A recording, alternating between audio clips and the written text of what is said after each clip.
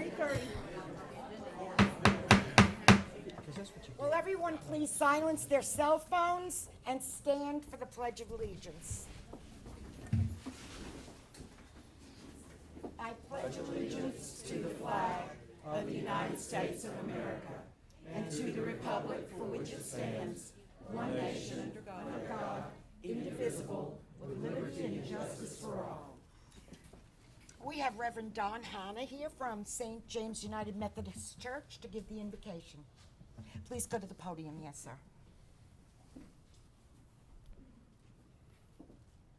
Let us pray.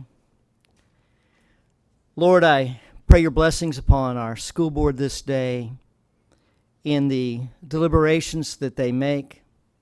I pray, Lord, for our students in this community. Be with each one. Be with our teachers and administrators.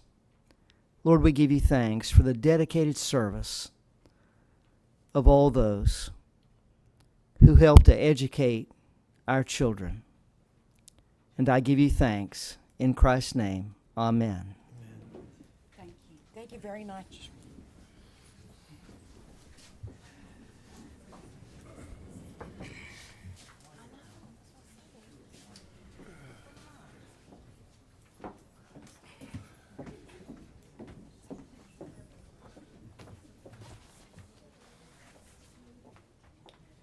Our first presentation today, unfortunately, Ms. Gilliard couldn't make it, so I've been asked to present the Involved Parent Award.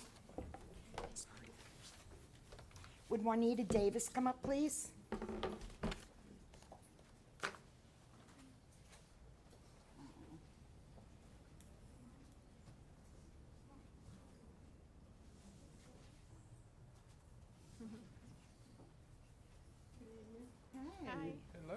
Hi. This is the letter that the principal at your school wrote about you. It is with great pleasure that we nominate Juanita Davis as the Mellon Elementary nominee for Parent of the Month. Ms. Davis is the custodial caregiver for 6 of her grandchildren, 5 boys and 1 girl, who range in age from 7 to 17. She currently has 3 boys at Mellon. She is a devoted grandmother that is committed to seeing that her boys get a solid education and learn to value and show respect for others. It doesn't matter what the need or the circumstance. If we call, Miss Davis comes. She deals with all students with a calming and loving effect. She's been heard offering kind words and encouragement to other students at Mellon. She believes finding time to be active in the school so essential to the education and success of her grandchildren. She is committed to seeing that they receive the best education possible. You can count on her to be present at school functions in support of her grandsons and the school. Ms. Davis strives to raise her grandchildren with a solid faith-based upbringing which values education and others. It is with great pleasure that we nominate Ms. Juanita Davis for the Putnam County School District Parent of the Month.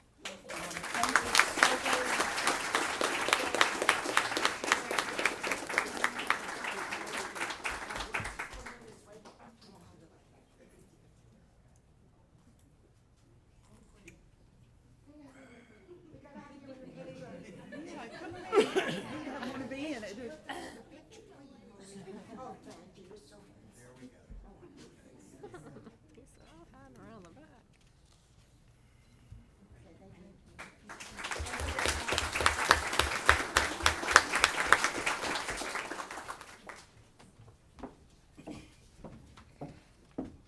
Moving right along, we have Miss Libby Weaver, Director of the Exceptional Education Student Department, to recognize Ms. Eileen Matau, School Psychologist, for being selected Northeast Florida School Psychologist of the Year. Eileen, if you'd come on up, please.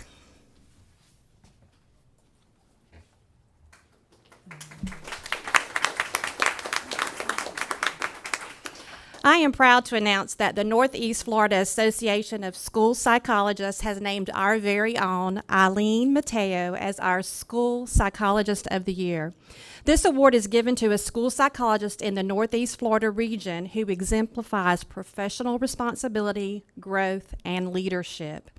To be eligible to receive this award, the individual must provide a full range of school psychology services, perform their job in an exemplary manner, and be well informed about professional standards and ethics. Eileen is our lead psychologist here in Putnam County. She is bilingual, and she plays an essential role in advocating for the needs of all of our children. She was highly recommended for this award by her fellow school psychologists and other district personnel. One recommendation stated, Eileen's excellent interpersonal and communication skills allow her to form positive relationships with many different people and personalities. Another individual said, despite her high work demands, Eileen is always willing to extend herself further to help others while remaining positive and keeping a smile. Our department is proud to honor Eileen as School Psychologist of the Year, and I would like to thank the board for allowing this opportunity to recognize Eileen here today, to recognize her for her hard work and the dedication to the children of Putnam County. Thank you, Eileen. Thank you.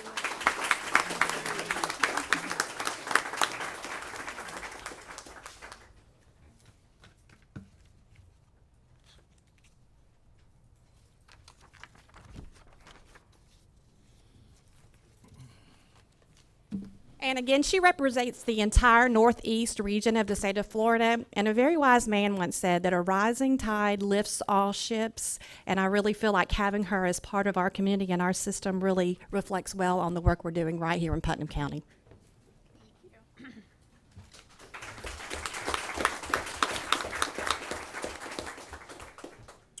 Thank you very much. It's always nice to start off recognizing outstanding people that we have working in our schools, and we're very blessed to have them.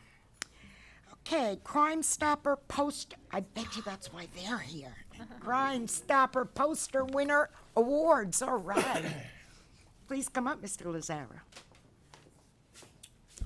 Good afternoon, Madam Chair, members of the board, Superintendent, parents, teachers, and students. I'm R.J. Larizza, State Attorney for the 7th Judicial Circuit, and I am pleased to say that we're well into our second decade of sponsoring the Crime Stoppers poster contest.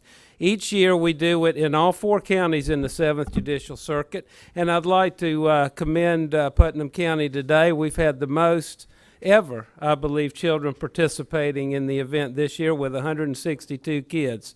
So we had great participation by the Putnam County School District, and we appreciate that.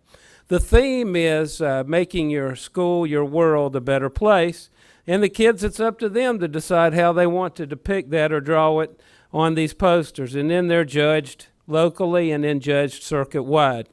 Before we pass out the awards, and I'd like to say this is probably one of the most pleasant things I get to do as your state attorney. People aren't always beating down the door to get to the state attorney's office, I can tell you. But we actually have cash awards for the student winners today. $25 for third place, $50 for second, and $100 for first place in all 3 categories, elementary, middle, and high school. I'd like to introduce and ask to come up with me Allison Lentz, our Executive Director of Crime Stoppers. I'd also like for Gator DeLoach to come up, Captain DeLoach with the Putnam County Sheriff's Office, and Mark Johnson, the Managing Attorney for the State Attorney's Office here in Putnam County. They are, the Sheriff's Office is our partners along with the school district in putting this on, and we appreciate it very much. Now, having said all that, I think it's time to start recognizing folks, students who've done an excellent job. You see these posters, I think you're going to be very impressed. We're going to start with elementary school. We're going to start with our 3rd place winner, which is Talia Lowe from the 5th grade at James A. Long Elementary. Talia, where are you?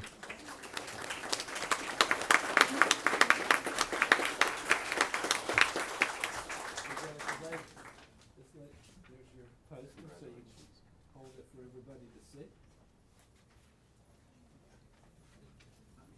me get your picture, okay? And you'll just walk over here because I want to get a group one at the end, okay? Helps if you have one.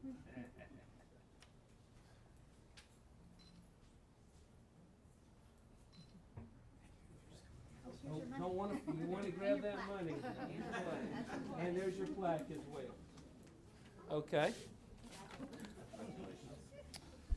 And our second place winner, fourth grader from Mellon Elementary School, is Chloe Clipper.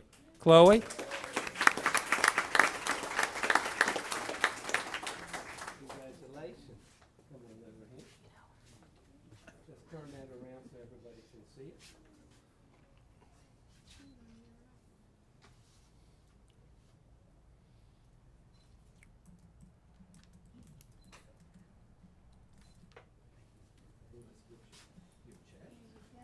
And your flag.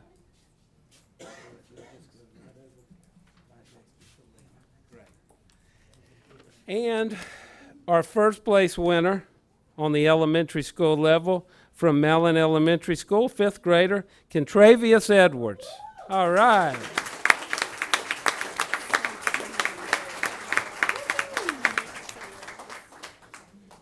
Congratulations, young man. All right.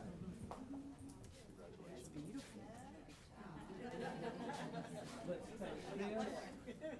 Hold that for just a minute. Let's get that so everybody can see. Let's get a picture.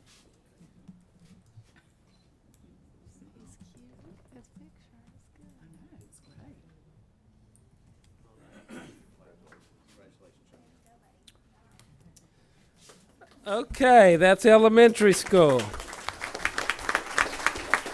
And while y'all are standing up there, why don't you, if you can, kind of turn your posters around so folks can see them. I'd really like them to have a chance to see them. On the middle school level, we're going to start with the third place, a sixth grader from Putnam Academy of Arts. That's DeTanya Givens. DeTanya Givens.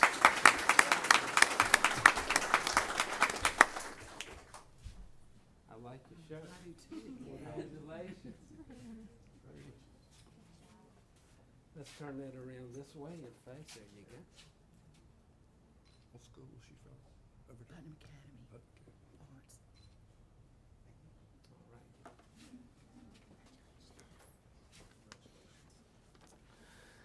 Okay, second place winner, sixth grade at CL Overturf Middle School, Kaylee Faith. Kaylee?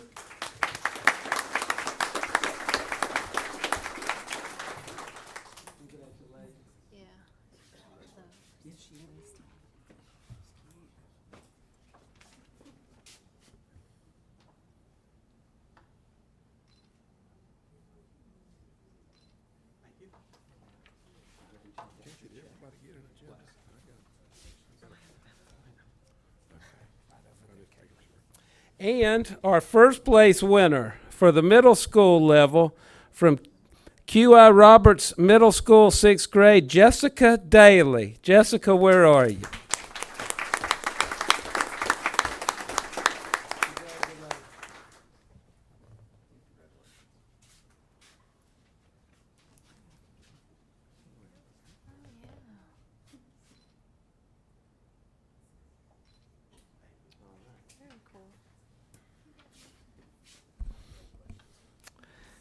And now we're going to go on to the high school level. Third place, 11th grader from Crescent City High School, Jessica Aguilar. Jessica?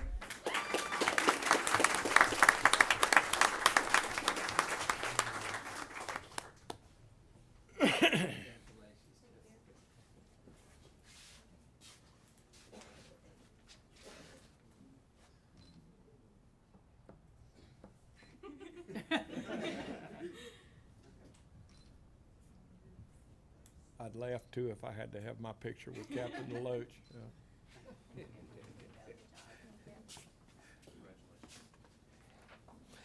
Second place, 11th grade, Crescent City High School, Rika Herrera.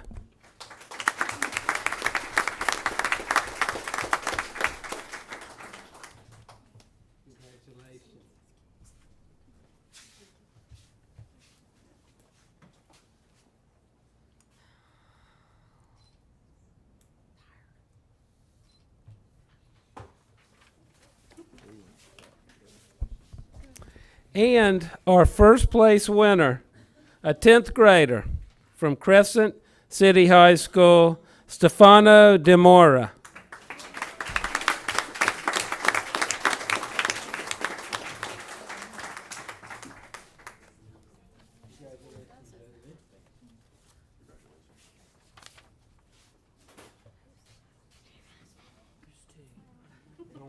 Get the check out of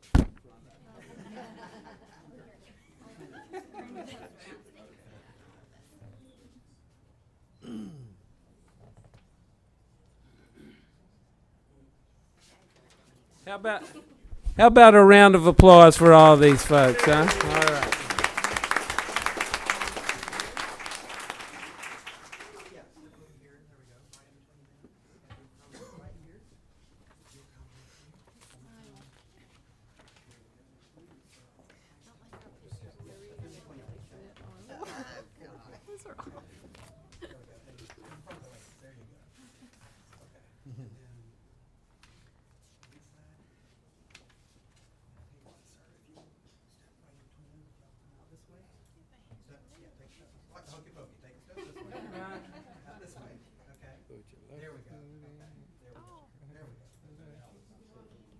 Oh, I'm sorry, here we go, right in here. If you will move, this way, if you'll move behind him, there we go. If you'll come right over here, like that.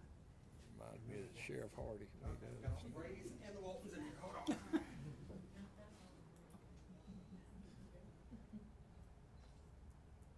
Other people decide to be taking pictures, so, for their benefit as well.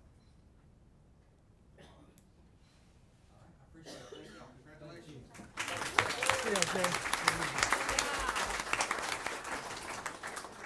RJ, I'd just like to thank you for all that you've done to help the school system.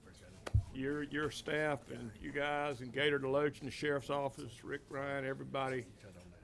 We can't, it's hard, to get a lot of everyday stuff done, but it's particularly better when you have such supportive law enforcement, and we appreciate that. Thank you.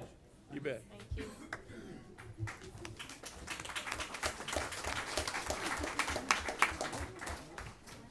Sharon, there have been no cards turned in.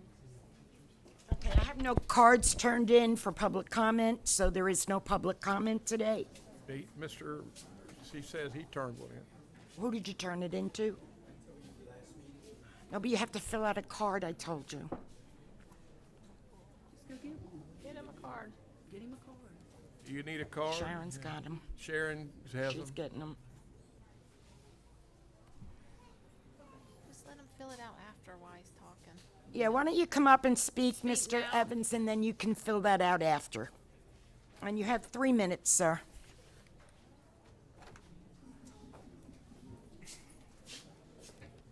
Good evening.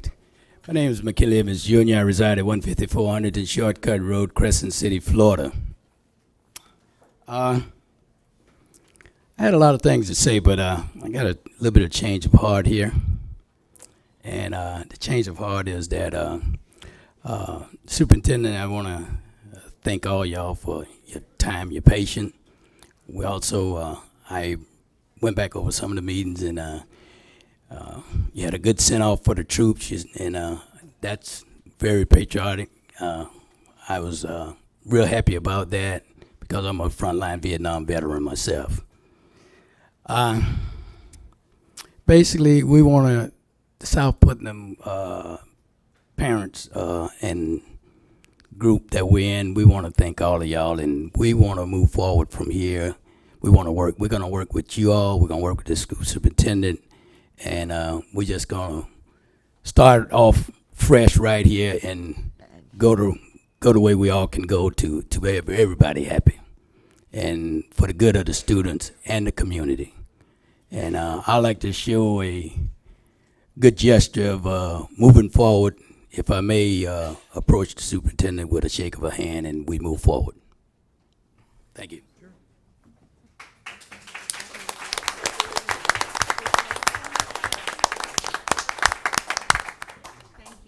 Mr. McKinley, I'd like to commend you for your willingness. I don't have to agree with you, but I certainly agree with your interest in our schools. We don't get many of the public here showing the kind of interest that you do and willingness to help. Who could ask for more? So thank you so much, you and your group, for your interest and your dedication and caring about the kids in Putnam County. Thank you very much. That was very nice. I expected something totally different. As you know, wow. Where's that pastor? Your prayer worked. Okay, we are to the consent agenda. Any members of the public want to pull anything for public discussion? Board members, Jane? Nikki? Nope. David? From the consent agenda, Yes. I'd like to pull item 4D, D4, Okay. and there's nothing else from the consent agenda. Okay. Mr. Wright? No, thank you. I would like to pull D2, E3, F2, and I just have and J1. Madam Chair. Madam Chairman, Yes. J1. I move we approve the consent agenda minus D2, 3, 4, F2, and J1. E3, not D3, I'm sorry. Oh, you said, oh, correction? Well, I meant, E3. yes. If I Okay. said D, it was Okay. I'm very sorry. Okay, we're E3. talking, with the exception of D2, D4, E3, F2, and J1. Correct. Motion on the floor, is there a second? Second. All those in favor of the consent agenda as presented, with the exception of those items listed, say aye. Aye. Opposed, say no. Carries 5-0. The first item is the minutes, and our auditor is going to come and speak to us about the minutes from the workshop, the auditor workshop, before we approve them.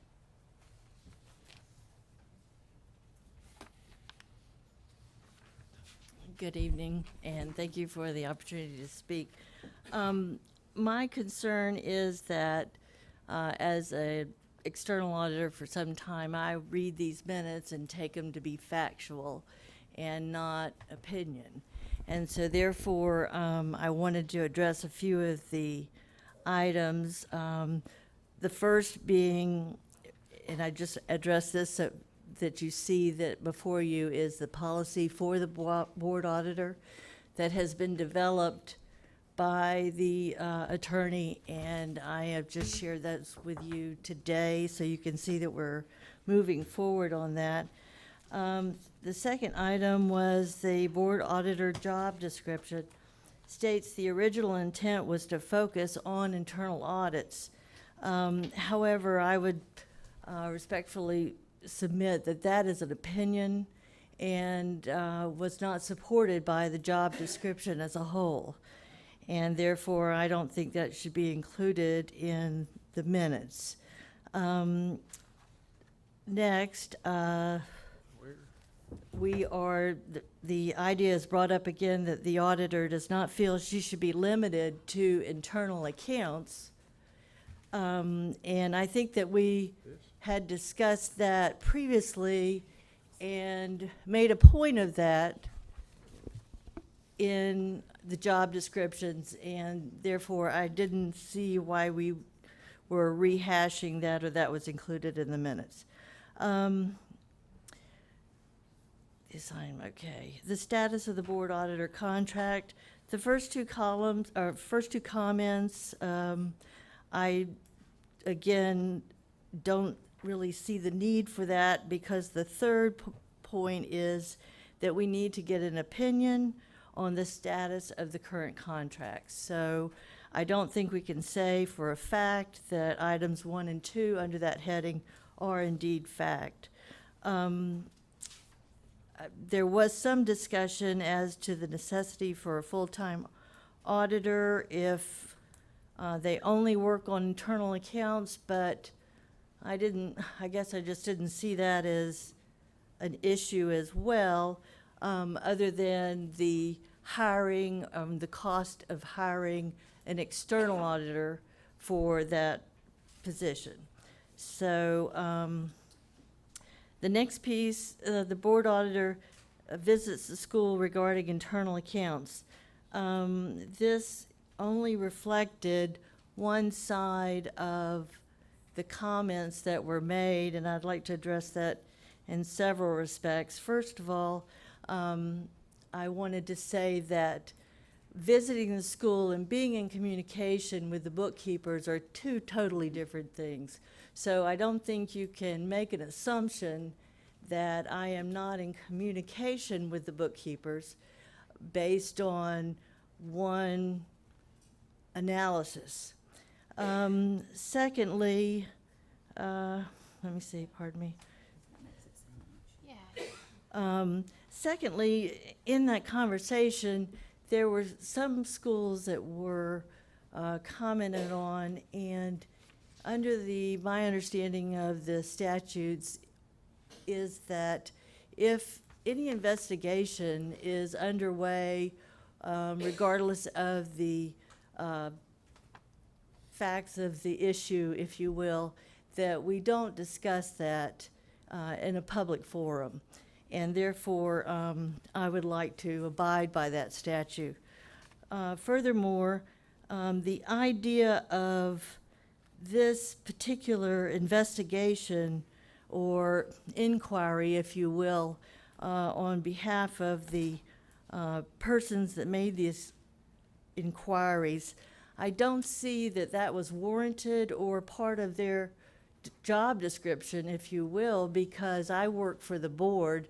I do not report to those persons that did this investigation. And I would venture further to say that they had no right to review my work, or just as they would have no right to review the attorney's work. And lastly, but I think of critical importance, is the no recommendations have been received by the finance department. We have already discussed that I held meetings, personal verbal meetings, with Tom Bates and Randa Odom. The results of those meetings may have been in conflict, but the meetings, I believe, we have pointed out that they did indeed occur. So, and I also mentioned during the workshop that the superintendent received a copy of all recommendations, and, you know, she's been, for the most part, as I mentioned then, there were some things that were not forwarded, but that was because they were not something that I think she would have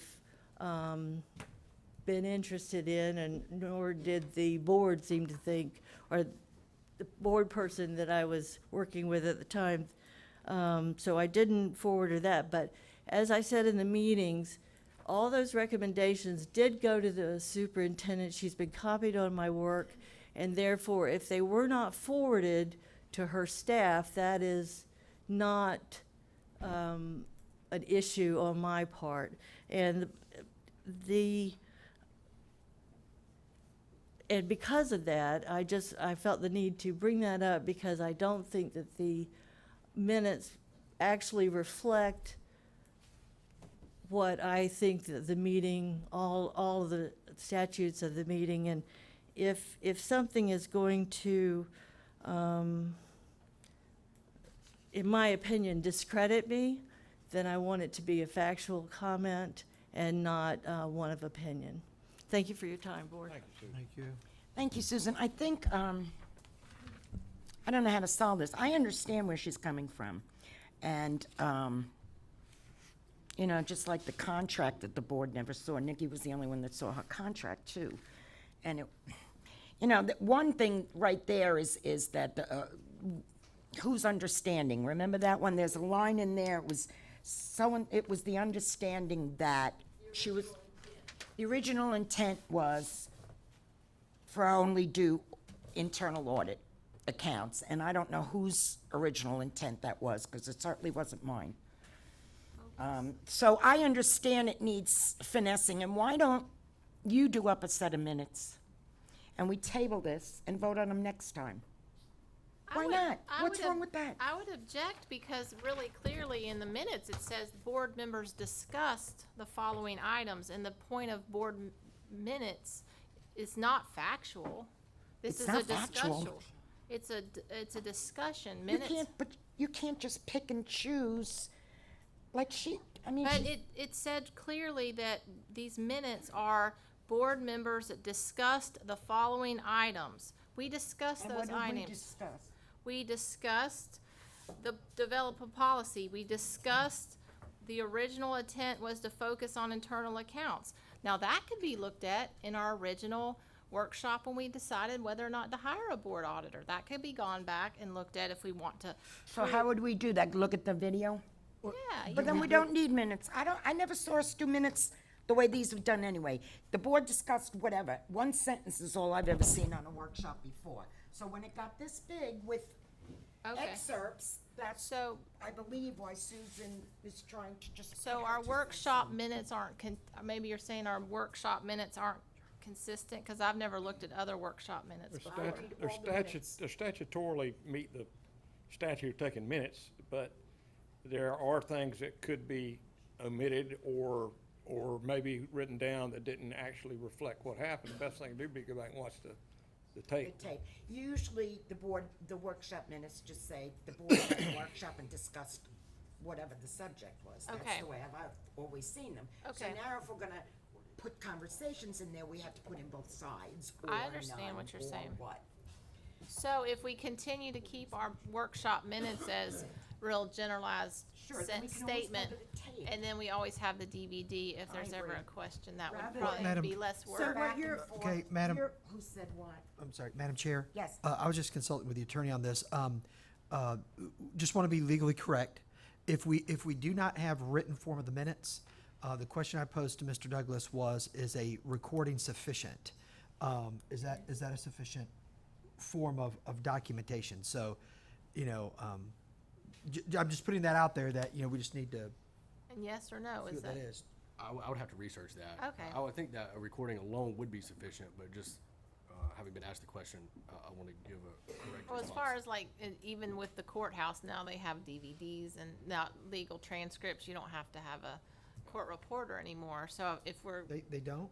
no, For- it's For a, some what- proceedings, I mean, others it does require, right, even so if I it's mean, just recorded. the DVD as far as that's, I mean, I don't know, that would be something to, Please do report back to us at the next meeting, So, and I'm Madam happy to Chair. do this, yes. So you've asked Susan to write down her version of how she saw what took I think place. Susan saw the minutes that we were being presented with.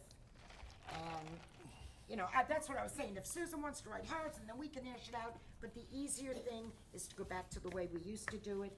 And if anybody needs details, go see the recording, because that's the Yeah, most that's- accurate. Absolutely. I think Nothing's so out of too. context, both sides are told, and Right. everybody hears everything. So if we could do that now, again, and could we table this so that we vote on them next week with the next meeting with the regular ones?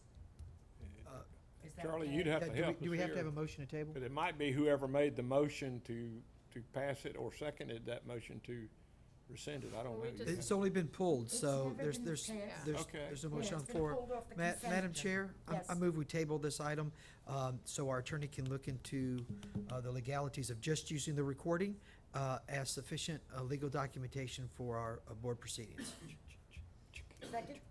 I second it. Okay, we have a motion and a second on the floor to table this action until our board attorney gets back with us next week, and perhaps we can simplify things. All in favor, yes.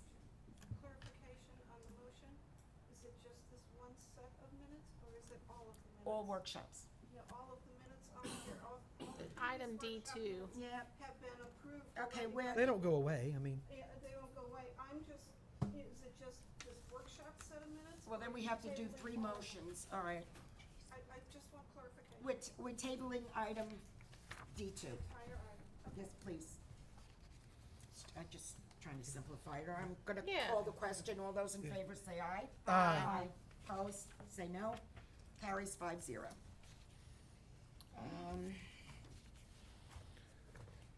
Okay, number 4 was yours, Mine? Charlie's. Bill. Okay, I was going through the bills and I looked at what we had, and I think, I think what I was scared would happen is probably happening. I think that staff got so comfortable having a full-time attorney that it's probably going to be causing some growing pains, and we're gonna have to start figuring out some questions and answers on our own without, I think everybody had the board attorney here as a full-time attorney, and it was so much easier just to go by and see him or pick up the phone. And these guys are on the clock, and they've got other appointments, and, you know, we've received a bill here of $12,945.50 over base, and of course, some of that was necessary. I do have some questions, and I would like it to be looked into. Is there any way some of this truancy stuff, and I remember talking with Mr. Paget before he left, that this might pose a problem with a new attorney, that we could find a way to minimize having someone there, or Charlie, or, you know, try to reduce some costs there, 'cause, then that's just one question. And the next question is, I always, I draw on past experience, and I know that in past experiences, when I had a different view with the board attorney would advise me when I needed to seek legal counsel. And that makes it a lot better, you know, relationship, but the superintendent and the board attorney always were able to converse and get, you know, an assimilation of facts together, and basically she didn't have to go out and be billed. She could go and get some advice. And I see that, you know, there's some of this that obviously became evident that she had to, I guess Ms. Jorgensen will pull up here in a minute. I just want to find a way that the superintendent and you can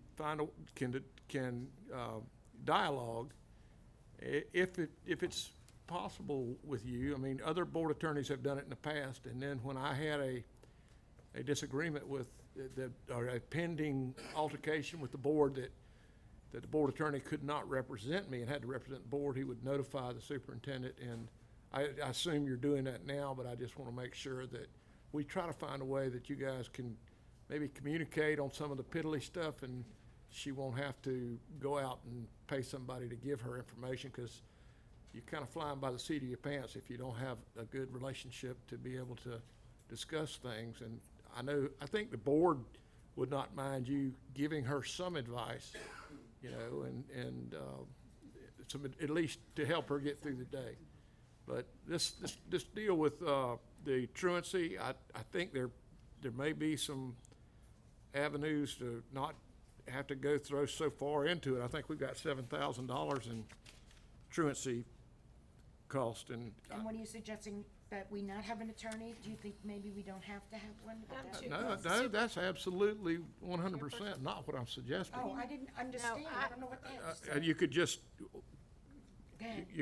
you were studying with Mr. DuPont, and I think you could refer the student and not have to show up and be there as a representative of the school district.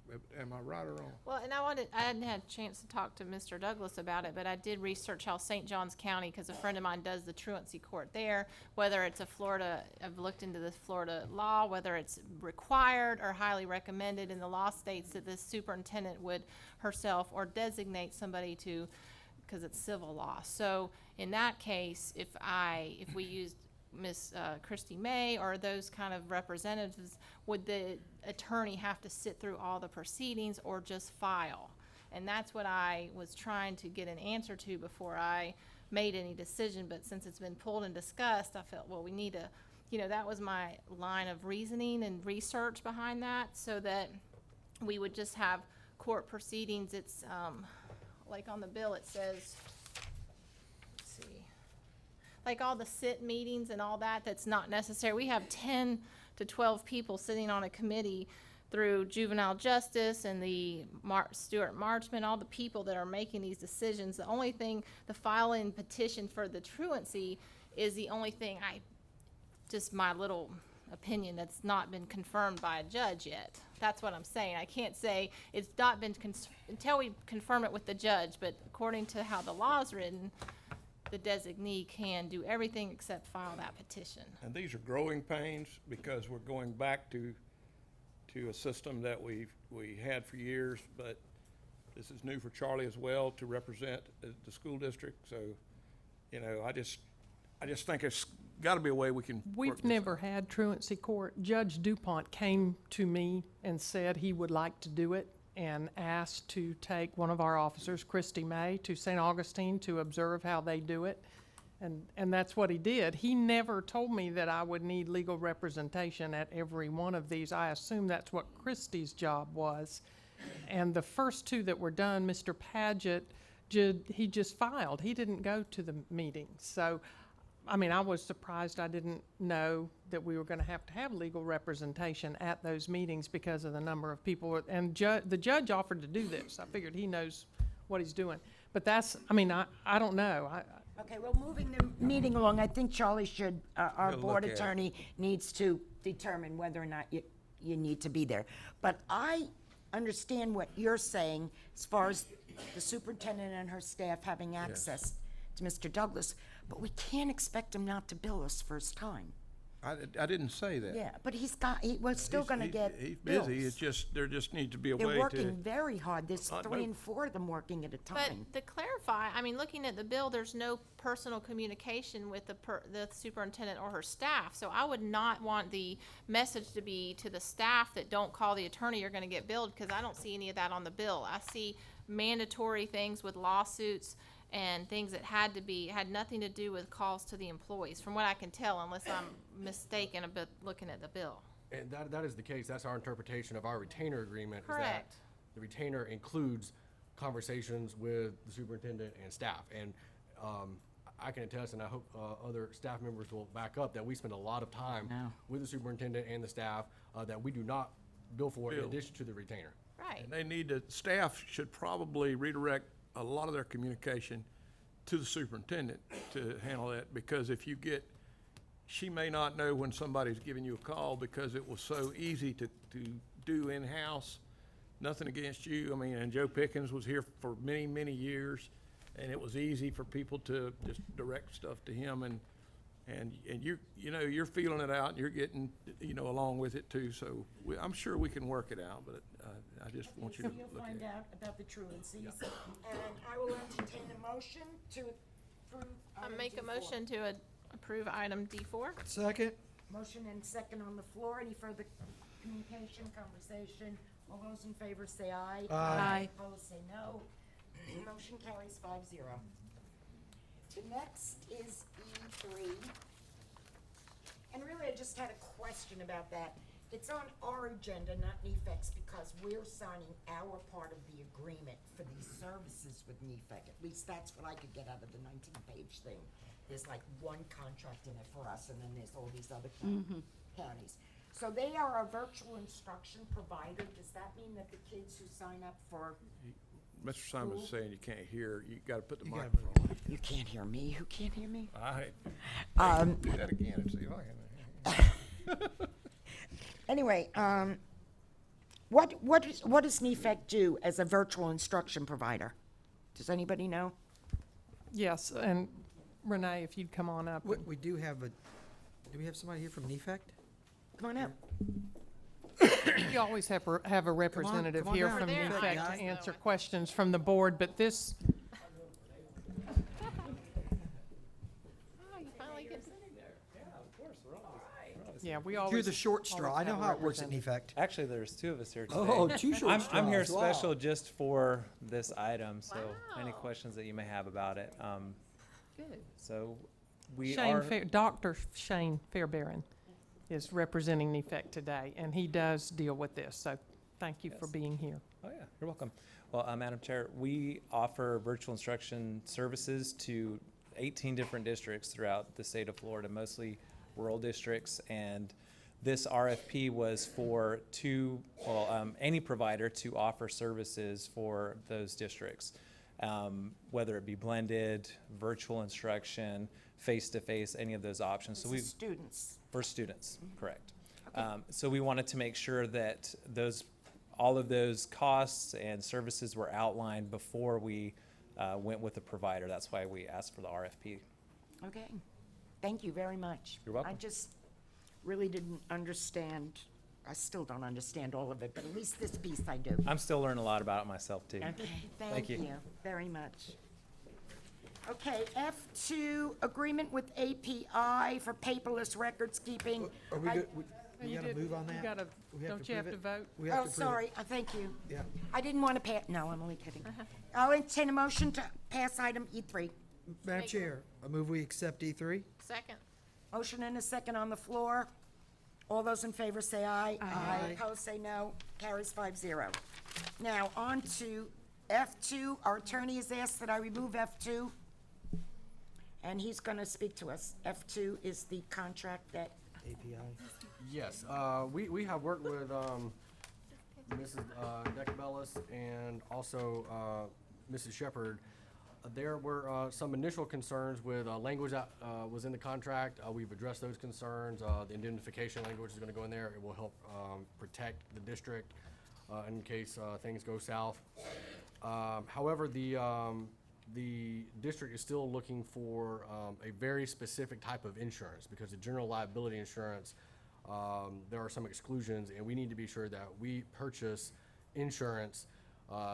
It's a very unique policy that will cover the district for other matters relating to this type of digital storage. like data loss. Yeah. So, it's a How big do you concern pay these for days. data I mean, loss? everyone's heard of, the Target matter and when there's a big breach. If for some reason that were to fall upon the district, we need to be covered. Yes.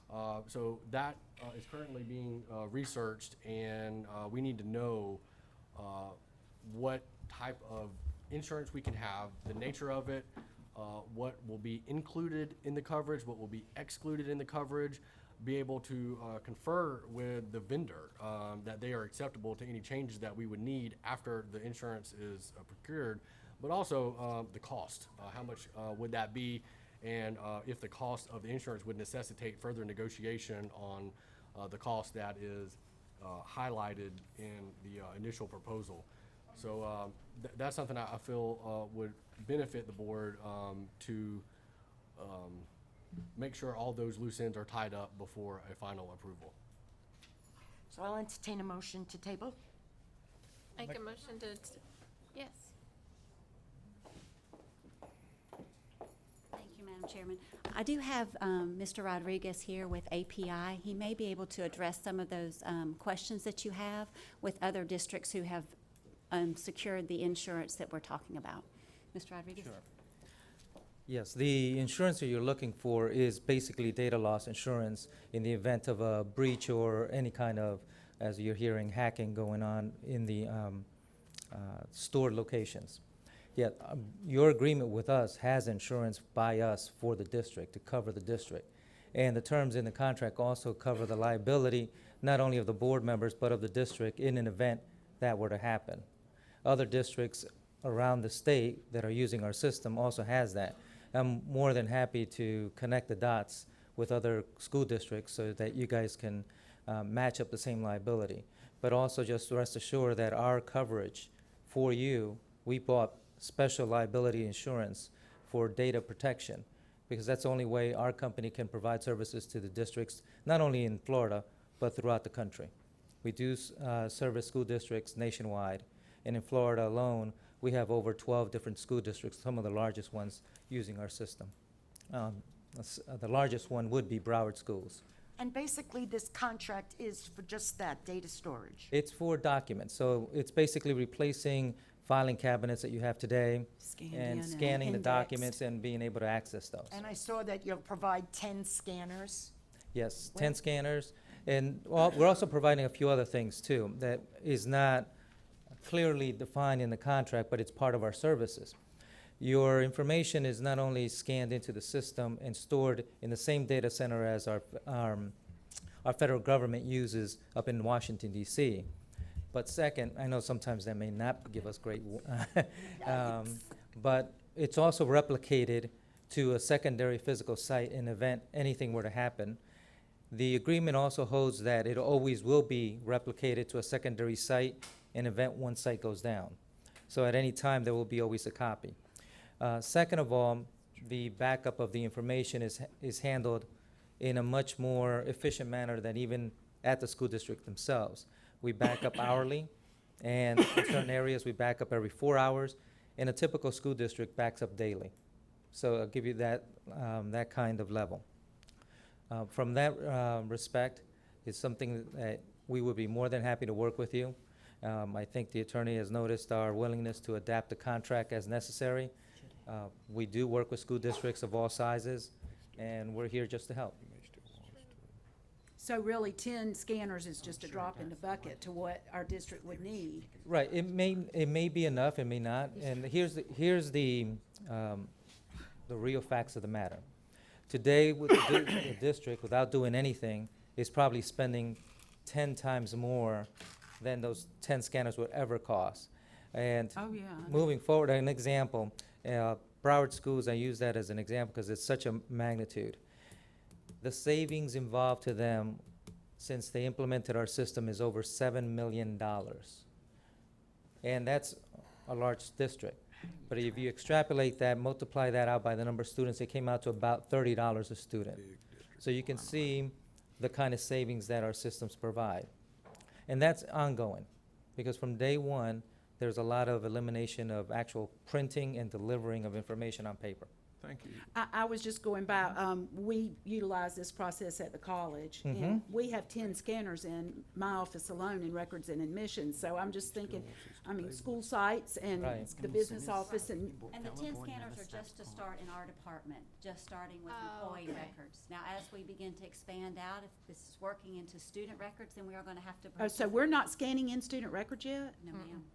This will allow us to have a mechanism to do that. Yes, we will have to purchase additional scanners when we receive the training, not just our office, but also data processing will receive the training, so that we can do more site-based, face-to-face trainings as we're ready Yeah. to move forward. 'Cause we We need do have a everything tentative done. plan in place to begin with student records, but we don't want to bite off more than what we can efficiently get done correctly. So we're starting with employee records first, if approved, and then we will move to student records. Would there have to be a new contract? No, that's For the, each that's, I was phase, gonna, to I was- know No, as much just as we additional need? scanners. Yeah. I was gonna bring that up. The agreement we made with the district is a site license, so you can use it in every department, everywhere in the district. Wonderful. No additional cost, except for equipment. Well, Mr. Attorney, do you think we need to further address the insurance? Yes. Okay, I would like to then- be able to see if you wouldn't mind sharing with the board, a copy of the insurance policy itself, the physical Sure, policy. That's not a problem. We'll be more than happy to share with that. And we'll share it with him. And just to give you a little bit more, we'll share the location that we store is in Equinix, and that is the data center where the physical equipment cloud is. And we'll share with you their insurance policy to us, Okay. in addition to the insurance policy. So basically, you have two insurance policies from us covering the district. So you need a motion Yeah, to table? Madam Chair, yeah, I'm with you, I'm for it, but I too just have to see the insurance. No, that's not a you know, problem. Data, so we just gotta see that, make sure that we're. Because it may be that the board would want to purchase supplemental insurance, or the two insurance policies that you bring to the table have certain exclusions that we would want, No, I third agree 100%. policy to cover, and be sure You that know, we're our aware. goal is to make sure that we're helping the district and the district is protected. More than happy to connect the dots. Like I said, neighbors around you, Marion County, Clay County, just right, the closest ones here that I can think of quickly. They've been using our systems for over a decade. More than happy to share what they're using. I don't want to beleaguer this, but I just need to say it, talking about student records, because that's where I work. We started out at the college trying to scan in all of our student records and get them indexed. And we finally realized, you know, the college started in 1958. There was no way. So we had to hire out to have that done. But 2 years ago, we started scanning in everything. So, you know, it's going to be something that we're going to need to consider eventually. Correct. Can I make a motion that we table this? Yes, sir. Okay, I make there a a second? motion that we Second. table this till the attorney can look at it. Motion and a second on the floor. Thank you very much, sir. All those in favor say aye. Aye. Opposed, say no. Carries 5-0. And It'll be again, on the next I agenda. do want to just make it clear, This isn't about the agreement, because I'm all for it. Right, just- it's we about just- the insurance. It's just about the insurance. That's all it is. That's right. Okay, all right. That's right. But since he was here, I felt like. Okay, item J1, is Charlie Jenkins here? Okay, I just wanted to know what this is doing. There he is, speaking. Ah, There speak he of the is. devil, Mr. Jenkins, The devil, do you mean old hiding French? Exactly who do you mean by the I'm glad. Yes, Could you ma'am. tell me what this is for, and like, what is it gonna do for us, Randa Solutions? It's a program that takes our professional development and tracks it so that we can see if we're being successful and what professional development is the best for the teachers and the students. So we're not gonna do that with NEFAC anymore, because I know NEFAC, we pay. This is a tracking program. This tells us if it's effective or not, so we know whether to use. Effective, I'm sorry. If we do a professional development for a teacher or for a group of teachers, they go in the classroom, this keeps track of it to tell us if those kids, based on that professional development, have excelled at what they were doing or not. Okay. That's nice. And do you know how much it costs? 18, 18, 1,000, and that's yeah. for software? Yes, ma'am. Is there a renewable fee just to keep it up and running? Yes, ma'am, it's $1,000 a school. Okay. I mean, each year you renew it, or is it a one-time fee? Well, you have to keep it up You to renew it date. every year, but right now what they've given us, it's a kind of a test phase, a pilot phase to see what we can do with it. And if it's effective, we're going to use it with your approval. If it's not effective, we'll find something else. Is it something that the state is asking us to monitor, or is there a reasoning behind? It's something that we feel will help us better monitor the professional development we've been doing. Because we're throwing a lot of stuff at the teachers and we're not sure that, all the money we're paying for, and we're putting out thousands of dollars if that's what they needed. This here actually will pull up a program and it'll tell us your teachers in this subcategory for this group of kids specifically need this type of professional development. And then we could run a pilot with those teachers and put them through there and watch those kids and track them and see what happens. Really, we would need to do it for 5 years to make an honest judgment as to whether it works or not. But for the first year, we just like to test it out and see what it tells us. So is VAM the score you're using to show student growth? Has nothing to do with teacher evaluation at all. It has to do with effectiveness of professional development. But how are you gonna gauge whether or not they're effective teachers if you don't have student growth data? Oh, we will. Well, you can gauge it by attendance, you can gauge it by, it breaks it down, and I asked them specifically, when the kid walks in the classroom, is he smiling? The teacher standing out there by the door who shakes the kid's hand and they're smiling, is there camaraderie among those kids and the teacher? Is it efficient? Say, for example, your device there, your Apple laptop. We have a lot out there that aren't being used. Every teacher has one, but we have about a 35% use rate. This would tell us which teachers are using it, which ones aren't, and why are they not using it? Are they not using it because they need training in it? Or are they not using it because the training we gave them was wrong? That's pretty much in a nutshell what it does. Okay. It's in-depth. Interesting. It's an just- in-depth program. It's Yeah, not a, It'll be interesting to see the data. It's just Right. trying to wrap your mind around whether or not how a it's gonna be training, a used. professional, and what's gonna be the data that you can gain from it, and then. After it's being used in the classroom. Can I ask Yeah. Jim That'll be approach a interesting. question? yes, sir. Hang on, can you? Jim, would this be something that would have to be negotiated if it's been tracking? Mark, you good with that? My question would be, how are the metrics going to be It has nothing to do with teachers whatsoever. It's clearly, is professional development effective? Okay. The teachers are, we don't know who they are. We don't care who they are. We track the professional development to see if their professional development is good. What we're trying to do is give teachers what they need rather than what we think they need or just spend the money to throw stuff at them. I guess I don't understand is how you find out if it's effective or not. Well, you do that in the classroom with the kids, with You're their, gonna be in there observing them? we have another program we're running, which is Tim's and Tups, which you guys have approved probably about a month and a half ago, that tells us about the technology needs of the teachers and where they're at. And it works with this. We have another program coming online in LMS, which you approved at the last meeting, which is going to enable us to do online training with teachers, allow Right. the teachers to teach online to whoever they want to teach to. This works with that also. So what we're doing, it's kind of like, you're making supper at home, I guess. This is the potatoes. We've got the meat, we got the beans, we got the fork and the knife. Now we're asking for the potatoes so that we know that the other stuff was cooked right and tastes good and all that other stuff. I guess maybe that's a bad analogy, I don't know. I'm up here on the spot, so I'm throwing it at you. There's no duplication of services?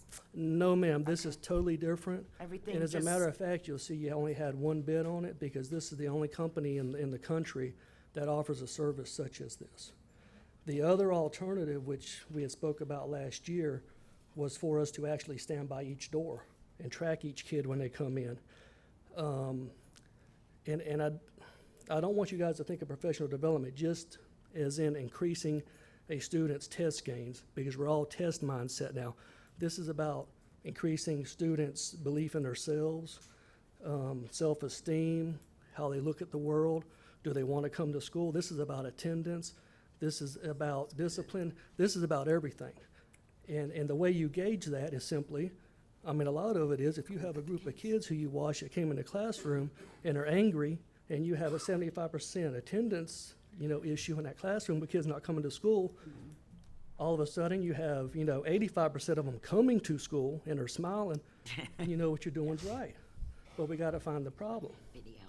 Well, maybe once it's implemented, we can, trying to wrap your mind around how it's all gonna be processed, but no, who's gonna process the information that this system, is it gonna be graphs, or are you gonna present graphs, or? This system actually does it itself. Okay, well, It keeps track of it. Alice McGinnis is our data processor and researcher on it.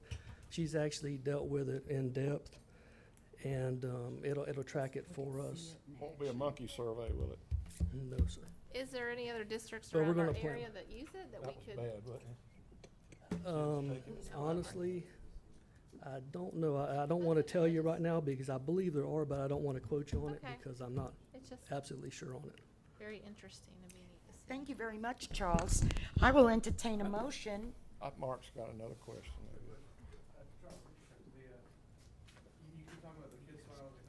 Gonna be negotiated.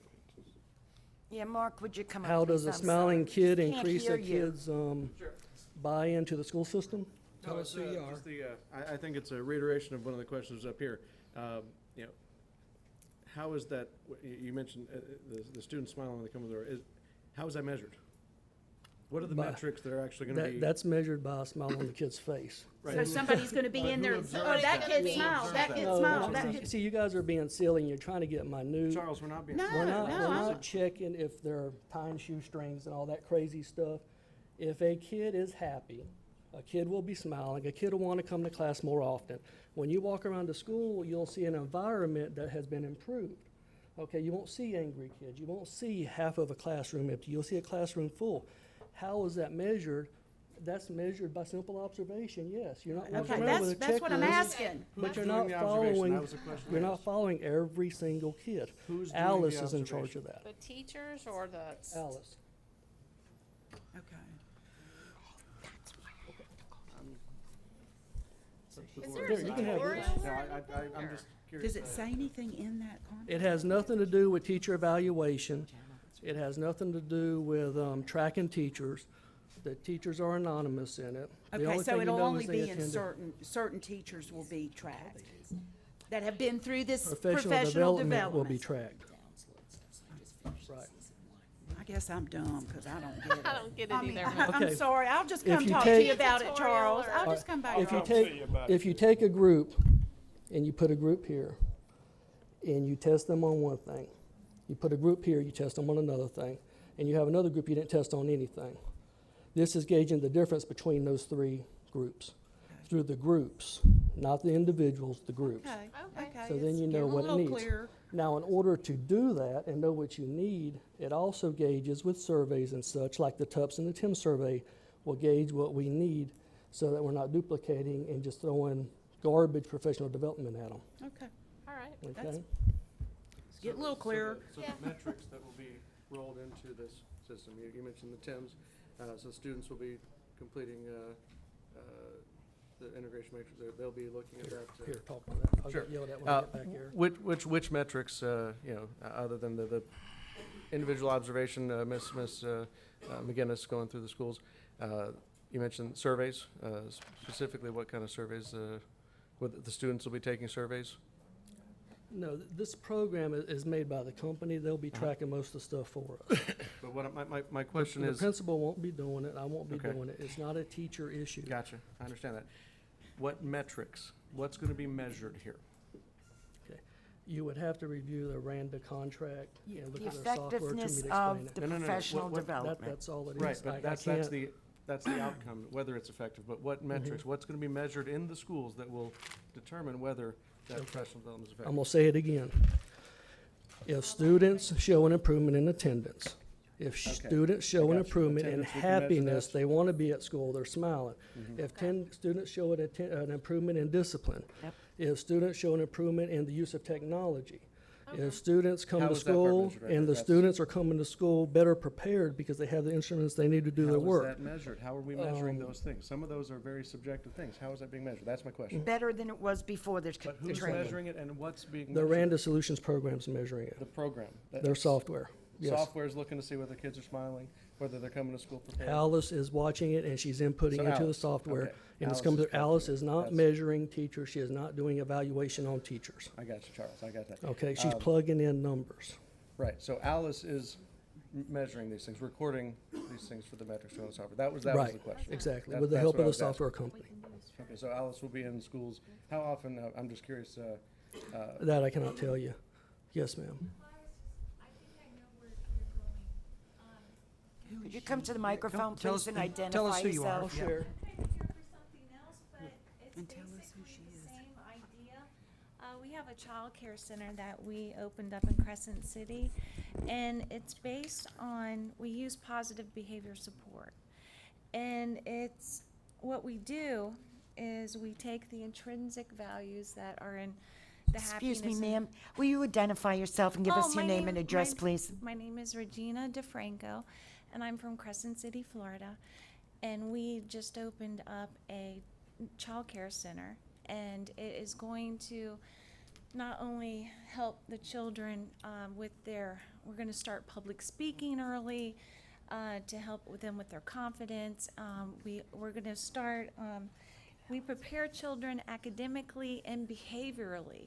I need to know how before- this relates to Well, what the he's going, agenda what I item. think he's going at is that it's kind of like the new thing now. We use positive behavior support with behavior analysis. And what that is, what he's measuring, it is going to be probably tracked and graphed. And that's what that system is. It measures the intrinsic values of the child. It also measures the effectiveness of their learning and the behavior that comes from it. And Are you using this same program? No. No, then But- please, I need to, I really. But, well, the thing is that I just wanted to clarify that because I'm familiar with that. Okay, so you can get together maybe with our union president later and make him feel, are you okay now, Mark, with it?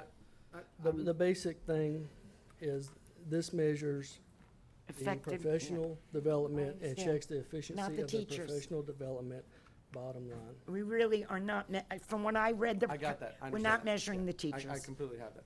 I got that. My question was, what things will be measured, who will be doing the measurements, you know, so. Well, so Alice will go around it before and I after. got you. There's so I many hear that. thousands of things that could be That's involved right. in that.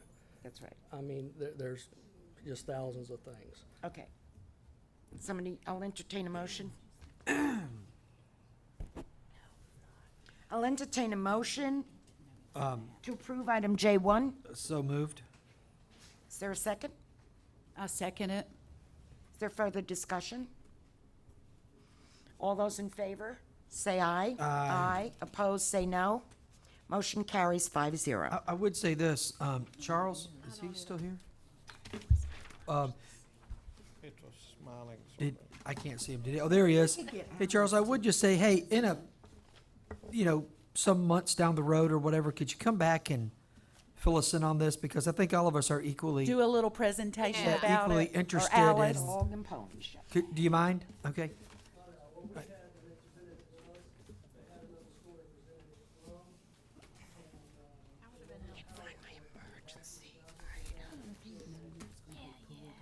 Right. Well, thank you. Thank Exactly. you. Thank you. Okay. Next We are going, that completes the consent agenda. We're going out of regular session and into emergency session. We have 2 items on our emergency menu. Are you hungry? Can you tell I'm hungry? On our our emergency consent agenda. First is Career Pathways Consortium Articulation Agreement. Justification is that it's time sensitive. Madam Chair, Yes. move we accept. Second. Motion and a second on the floor. All those in favor say aye. Aye. Opposed say no. Carries 5-0. Next is the Community Eligibility Provision CEP offering of all schools free breakfast and free lunch starting with the school year 2015-2016. Justification, explanation, time sensitive. Madam Chair, Yes, so moved. Second. Just second. there's Nick, 3 seconds. Give it to Nikki. Yeah, Nikki can act. There's a motion and second on the floor. All those in favor say aye. Aye. Opposed say no. Motion carries. Out of emergency session, back into regular session. And there's no old business, but we have new business. Number 1 is the Children's Reading Center Charter School application for renewal. I see Dr. Malash is here. Is she still here? Yes. Could you come up to the podium? I just have a couple quick questions. Thank you so much.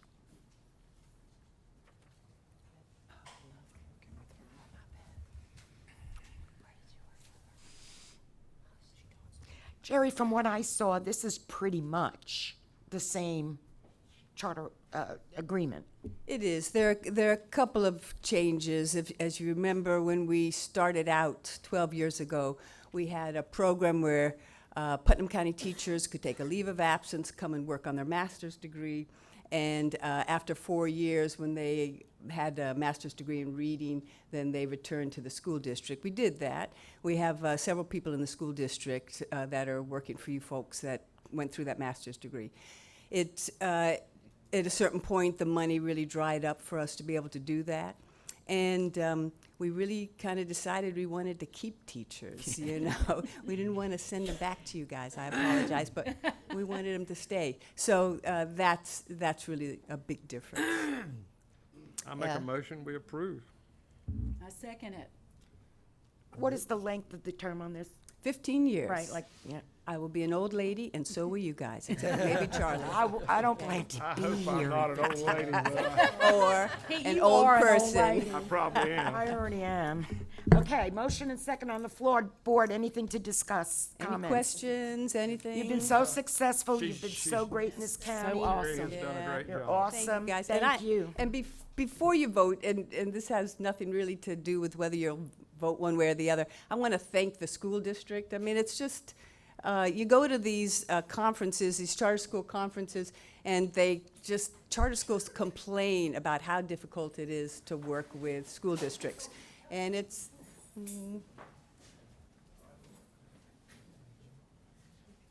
Is that a kid? No. It's these rolling chairs. Yep. Bucky, we need to call That's what happened. 911. I think he's. That's what happened. It's the rolling chairs.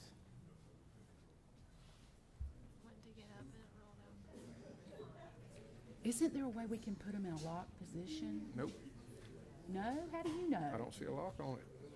What's that little doohickey on the left side? You ought to know. Okay.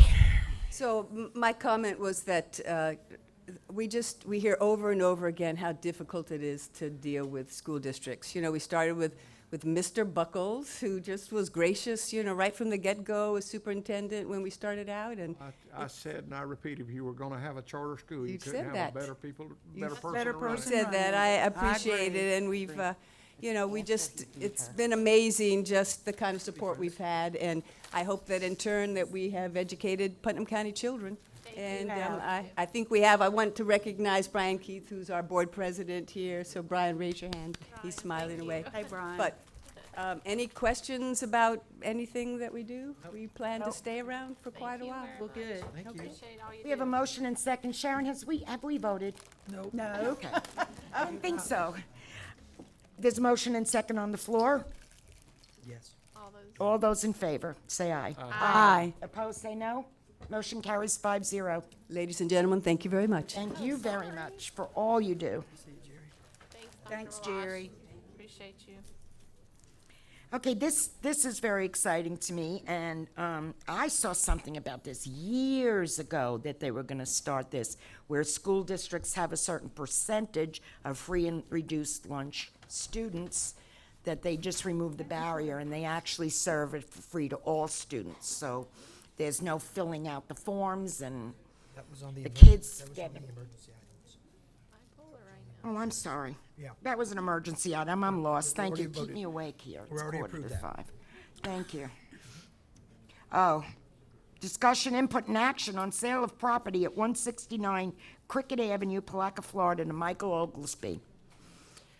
I know that at the last meeting, we approved this Conditionally.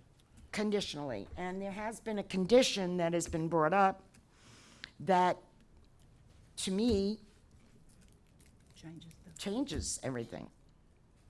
Mr. Roach also spoke with the county today and has some further information for you. I'd like to, do we have to have a motion and a second prior to discussing, or can we discuss?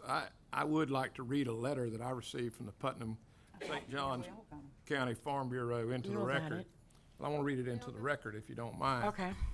It says to Mr. Buckles, Dear Mr. Buckles, the Putnam St. Johns County Farm Bureau Federation would like to request the foregoing of the sale of the property associated with the FFA agricultural farm. We are in complete harmony regarding this decision. Our board is completely comprised of farmers and ranchers engaged in production agriculture. We believe it is imperative to maximize the educational experience of our public school students, enlightening them concerning the origin and effort taken to provide their sustenance. An active science lab farm is a tremendous way to grant a tangible experience to our children. The Putnam St. Johns County Farm Bureau has been supportive of our ag classes, FFA, and fair activities for decades. Some of our board members are past participants and students of the Putnam County FFA and ag classes. We are proud of our heritage and encouraged by the education we benefited from as children, and looking forward to that of our progeny too. We appreciate your kind consideration concerning this matter and the maintenance of the ag farm in its entirety. Thank you, Jeb Smith, Putnam St. Johns County Farm Bureau President. And I talked with Greg Bernard, who was a longtime advocate last week about this ag farm, and he was going to come and speak today, but Greg passed away over the weekend, and we attended his funeral Sunday. But it was his grandfather that took that diesel fuel down there to fuel up the tractors, and Mr. Silas Moats, for them to clear it with grubbing hose and however they could in 1952 when your dad was superintendent and bought the ag farm. So that's it in a nutshell. That's what I wanted to say. Could I have Mr. Roach come up at this time and give us the information he got today when he spoke to the county? Good afternoon. In the last meeting, I believe Mr. Oglesby, when Mr. Getchell and I were up here speaking, made the comment that he had gotten permits to do work on the property.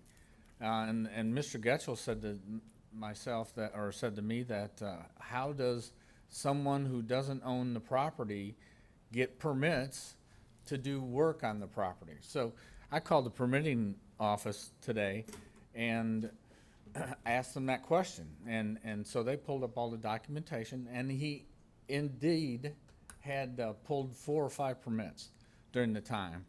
Under the according to the paperwork they had in the comments, that he was leasing the property from the school district. And my question is to Mr. Douglas, does the contract that we had with Mr. Oglesby about doing security on the property, can that be construed as a lease when we're paying him security, a fee to do security? I don't know how we can pay somebody to be at a place and they can be a lessee, or I guess It's more that's- like a job. My husband, we lived in a home, County Park up north, and it was a job benefit. Right. That we provided security, but it was more of a job benefit than a Right, lease. and it just, and I asked the lady, you know, how can a landowner or somebody who's not a landowner pull a permit to do work on property? I don't Well, have, that's the county, right? I don't have the original agreement in front of me, to know, if it spelled that out specifically, but, that might, there are a lot of other considerations, that would, be a justification for a motion to rescind if that were to be, proposed by a board member, other than the lease and the permitting. I got another legal question for you, Charlie. We've had some people that have had to let the banks foreclose and take their residences off school board property or just let them go. Do they have any claim, if the board were to pass this, that we didn't allow them the same caveat? Or does the final member that has a mobile home still on school board property have a claim to say, sell me a city lot along with my mobile home if we do this? I don't think so, because there's enough of a difference. The board could say it's apples and oranges. Ag property is a lot different than property in the city.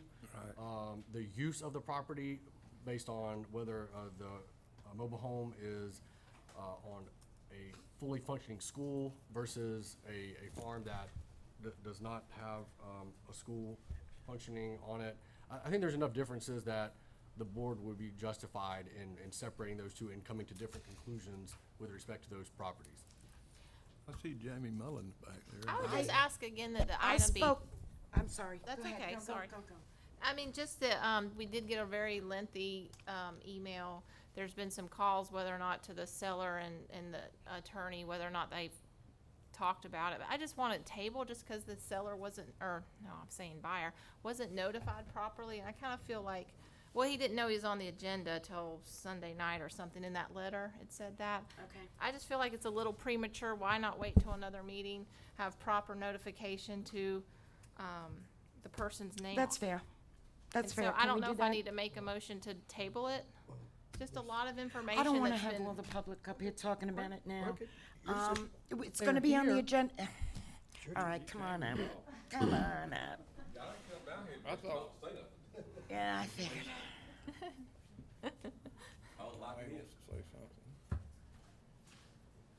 First of all, my name's Jamie Mullins.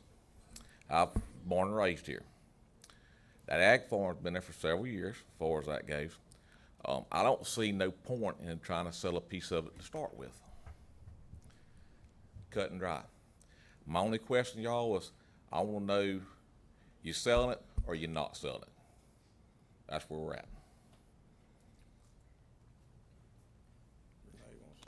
And also, just put into this, the way it was put to me was, yeah, we was gonna sell it for $8,000, whatever. So you're telling me that we can go right next door and replace that acre of land for $8,000? probably 20. Exactly. So I'd urge y'all not to sell this piece. Once we start losing our agriculture and our classrooms and stuff, it's just a start. If y'all sell this acre, what's gonna keep you from selling the next acre? Just consider it, please. Thank y'all. Thank you. Thank you. Good afternoon, Board. Today I brought with me the ag teacher from Palatka High School. And he would just like to say a few things with regards to, like, Mr. Buckles' letter from Farm Bureau. Good afternoon. My name is Craig Lundgren. This is my first year here in Putnam County. I'm the new ag teacher at Palatka High School. So what I wanted to talk about was how valuable agricultural land actually is to our students as a teacher. I have worked in many other counties and worked with other instructors, and the only thing they have is a classroom. Those students, yes, they get the agricultural knowledge, but they never get the hands-on experience. So we're hindering them by only having a building to go into. This year alone, Palatka just itself has 24 students taking the agri-technology certification exam. That exam focuses on land, forestry, ag mechanics, everything that this farm is going to allow the students to practice on. It would be a hindrance to them if all I had to do is say, please log onto the computer and virtually see what you would do when you go into your career in the future where they will be working hands-on. The ag department, the farm itself, would allow those students to go out there and actually put themselves into the career that they are going to be taking this certification in, to better give them the opportunity to pass that certification, which not gives them the certification, but also gets funding back to our programs to continue the progress. This year alone, our programs, we have 6 now that are extremely active. They've won contests going to state level. We have our very first Putnam County state officer candidate from Palatka FFA. That has never happened before. That represents Putnam County all over the state of Florida. And it is because of the traditional agriculture that they're getting that they go and apply it to all these leadership events. We can't afford to lose any part of the land whatsoever because each part of that land is valuable for our students. Palatka, as well as Interlochen and many more, have already started purchasing chapter equipment and chapter animals because some of our students aren't able to house / afford animals and machinery to work with.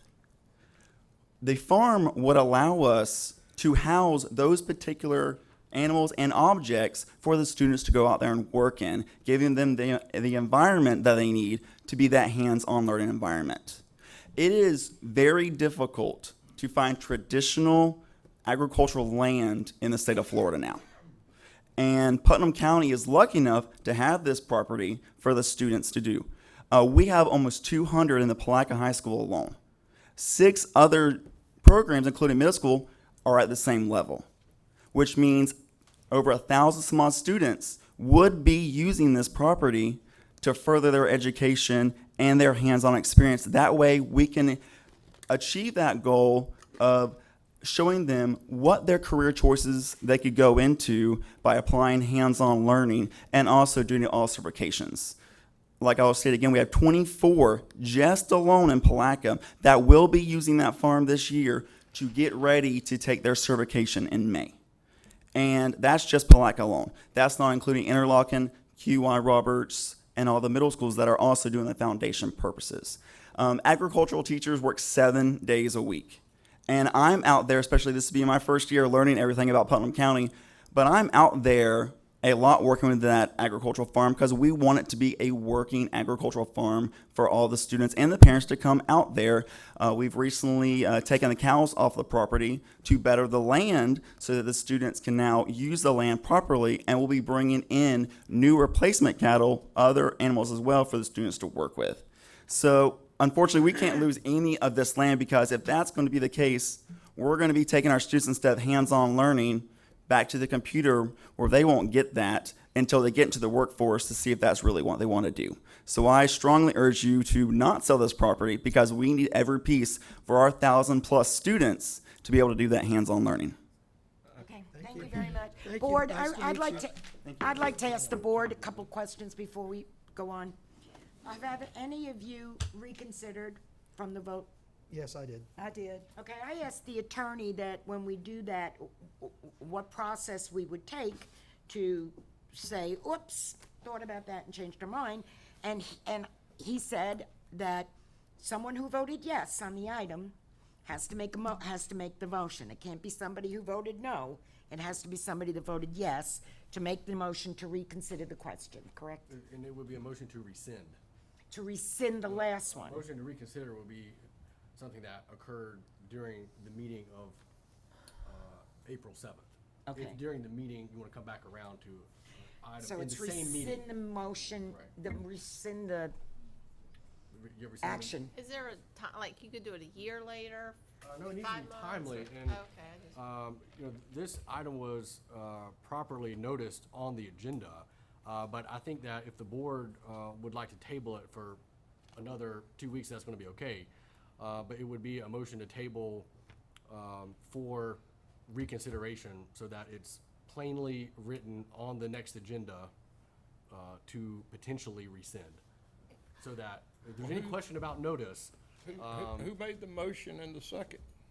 I did. So he could make a motion to rescind it and. And you could a vote. second, and then we could vote. and But it's how does rescinded. it get back on the agenda? I guess I'm confused. How does an item that we voted on last week just is there? Reappear. Because we were told that we can't sell .8 acre, which is what you voted on. We can only sell a full acre according to the county. And I would like to remind the board that in the contracts we've had over the years, we have never, ever, ever told anybody that we would sell them the property or that there would be a possibility to purchase property. Never was that part of the contract. And the contract actually says it can all be rescinded by either party in 3 days. And my recommendation has been, and still is, do not sell this acre. I guess just the email that we got that was like 5 pages long from the codes enforcement and all those, I mean, Did you read it all though? Well, and I didn't quite understand it. I wanted to talk to her. I just wanted to make sure that that's why I wanted to table it, to make sure that all the information is correct and we didn't make any. I think tabling it's just prolonging it, but, If anybody has any questions about the email, I've read through it, I understand it, and there's some things I'd like to say about the property. I've lived there all my life. I was homeschooled since the 6th grade. I was there every single day. I maybe saw 4 field trips, 5, maybe 5 field trips from my entire high school, middle school that actually went out there. The land wasn't used that much, and for 40 years, that piece of property that we're trying to get hasn't been used. And in order to use it for it's an open piece of land. There's no fences on it. It's just an open piece of property right to the road. Directly next to it is a fenced-in piece of property that the ag farm uses for their children, for the kids, and all the cattle, everything that you need for any of that is right next door. The sale of this property isn't going to hinder any type of agriculture because it hasn't been used. It hasn't been used. You would have to fence off this property in order to use it for agriculture. Yes, you could probably park cars there, but there's also property right next door that has been used for that purpose for as long as I remember. That's where they put the buses. That's where they put the kids.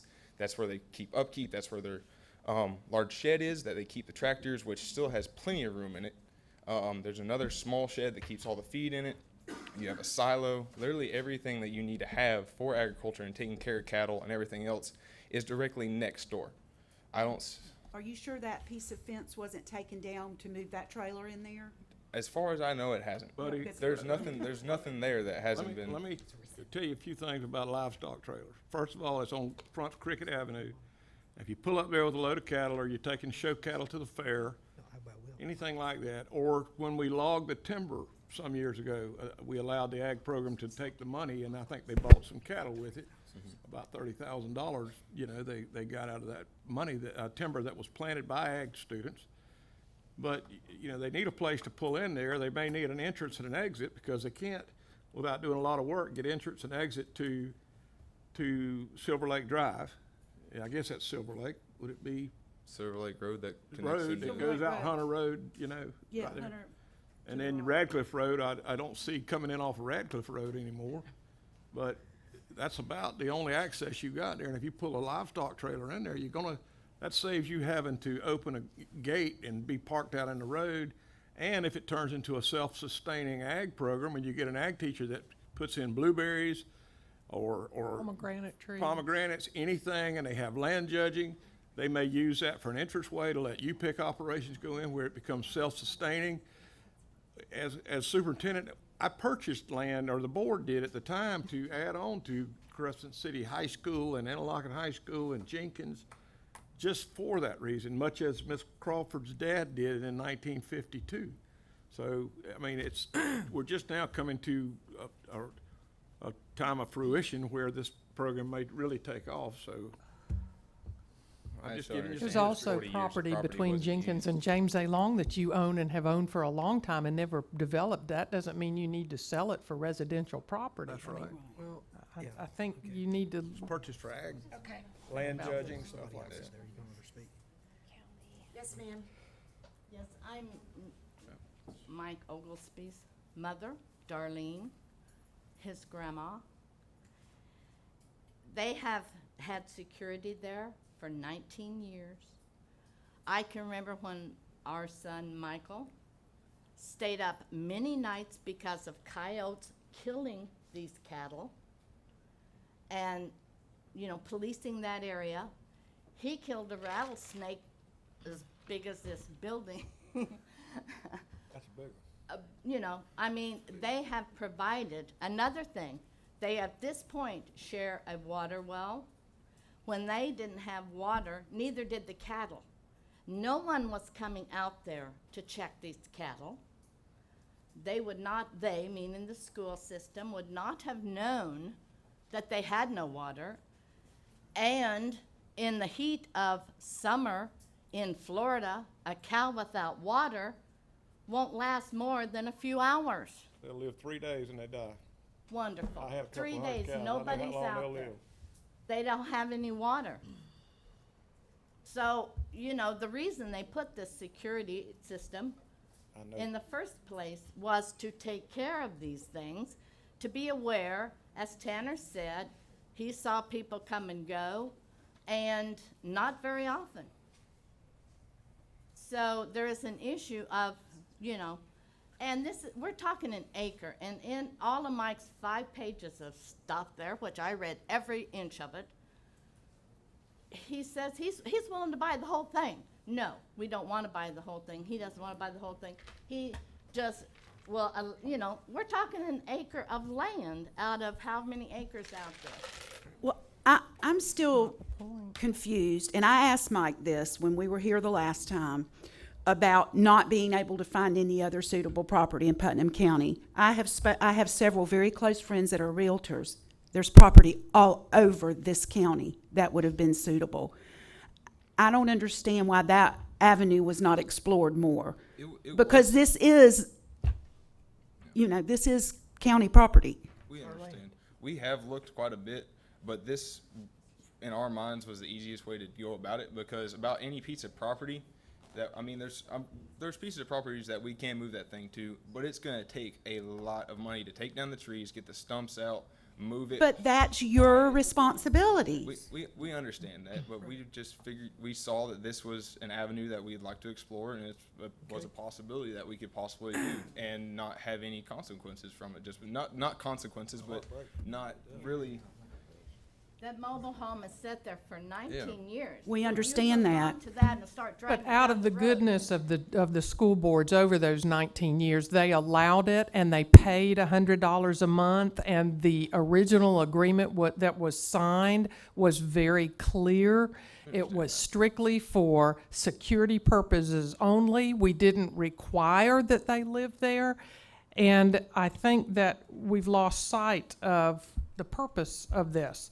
And it was never to have somebody homestead. We could have asked after 3 days of him moving there for him to move off the property. That's what the agreement says. And the fact that you added on to the front of that trailer without coming to the board at any time and asking permission and telling the county that you were leasing the property from the district in order to get the permits, that concerns me, because that was not something that the board approved. So again, the property belongs to the board. It is an ag farm. We never ever put in contract anywhere that property was available for sale to anybody providing security. It was strictly, if you want to do this, you can, but it's at your own expense. And I think that's been very clear pretty much to everybody. Yeah, I think that's been made very Madam Chair. Yes, Mr. Wright. Madam Chair, 2 things very quickly. One, I did make the motion conditionally, if you would remember. Yes, And the conditions were that this was going to be a clean process. Well, it really hasn't been from an administrative standpoint. Can be. But it isn't. Okay. The reality is it isn't. Okay? Second, Ms. Oglesby, I will tell you, Tanner's got a great reputation, did a good job at Grandmama. He's a good boy. He has a good reputation. I have kids that know him, so Tanner, it's good to see you. But as a board member, I have to respond first to our professional educators and our professional administrators who are here to do the work of the district. You entered a contract with us some 19 years ago, and you did your job well. Apparently, we have no indication that you didn't. Thank you for that. But for me, I have to listen to the people who are responsible for the educational charge in this district. I get your argument. It's a rational argument. But what takes precedent is principle. And the principle is we're here to educate and provide programming for children to learn. Now, we can argue the proper use of that land. I would probably contend it hasn't been used for agricultural purposes up until this point because there's been a home sitting on it. So if a home isn't sitting on it, I would probably contend it would be used for agricultural purposes. So based on that principle, Madam Chair, I move to rescind my motion and my action of last board meeting. Is there a second? I second. And just to be clear, the motion and second on the floor is to rescind the conditional approval of selling the land to Mr. Oglesby. Any further discussion? You get to vote, you just couldn't make the motion or second it. I'm, you know, my heart breaks. I've watched the kid grow up. He's a great kid. Tanner's a bad wonderful deal, boy. but it's more important is we're a real threshold for agriculture. And we finally got some fire in the belly out at Placa High, and I'm proud to see it, and around the county as well. So, you know, I am extremely hopeful that the future will be bright with our ag program. I just don't understand how 39 acres isn't enough, especially when you already have access. You have like three points of access on that property that doesn't come through ours. It does, I mean, I just don't understand that what's there isn't enough, that the fact that you have to use this 1 acre of land to be able to. Can I say I'll tell something? you, just one second. My feeling about it is that you're not the only person that is sitting in a mobile home on board-owned property. If we do this for you, how can we say no to somebody in the back of Placa High or behind Interlochen High on the football, close enough to the football, whatever? I just don't want to set this precedent. Right. You have to, If we you do for it to one, you have you, to do it we for have the to rest. do it for all, and They was have never to the drive intent. across and it school was never the property to intent. get That to was never the intent. We understand that. We were just So trying to I'm find. gonna call the question. Motion and second on the floor. All in favor, say aye. Aye. Opposed? Aye. Okay, carries 4-1. Next is the hard one. Discussion, input, and action on revision of school calendars for 2019, 2015-16 and 16-17 school year. Wait, we skipped. We have the Crescent City Band Director. Oh, goodness, I'm very sorry. I can't do this on a computer, obviously. I have to find my hard copy. You got I it? have one. I couldn't find it before. Jolene, I apologize.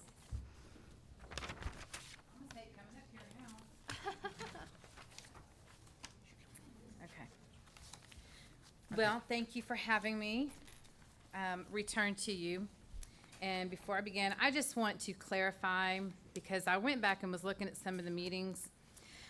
I am not an extracurricular. I am a class. I am a requirement. They're not required to return to me, but when they return to me, they return to school.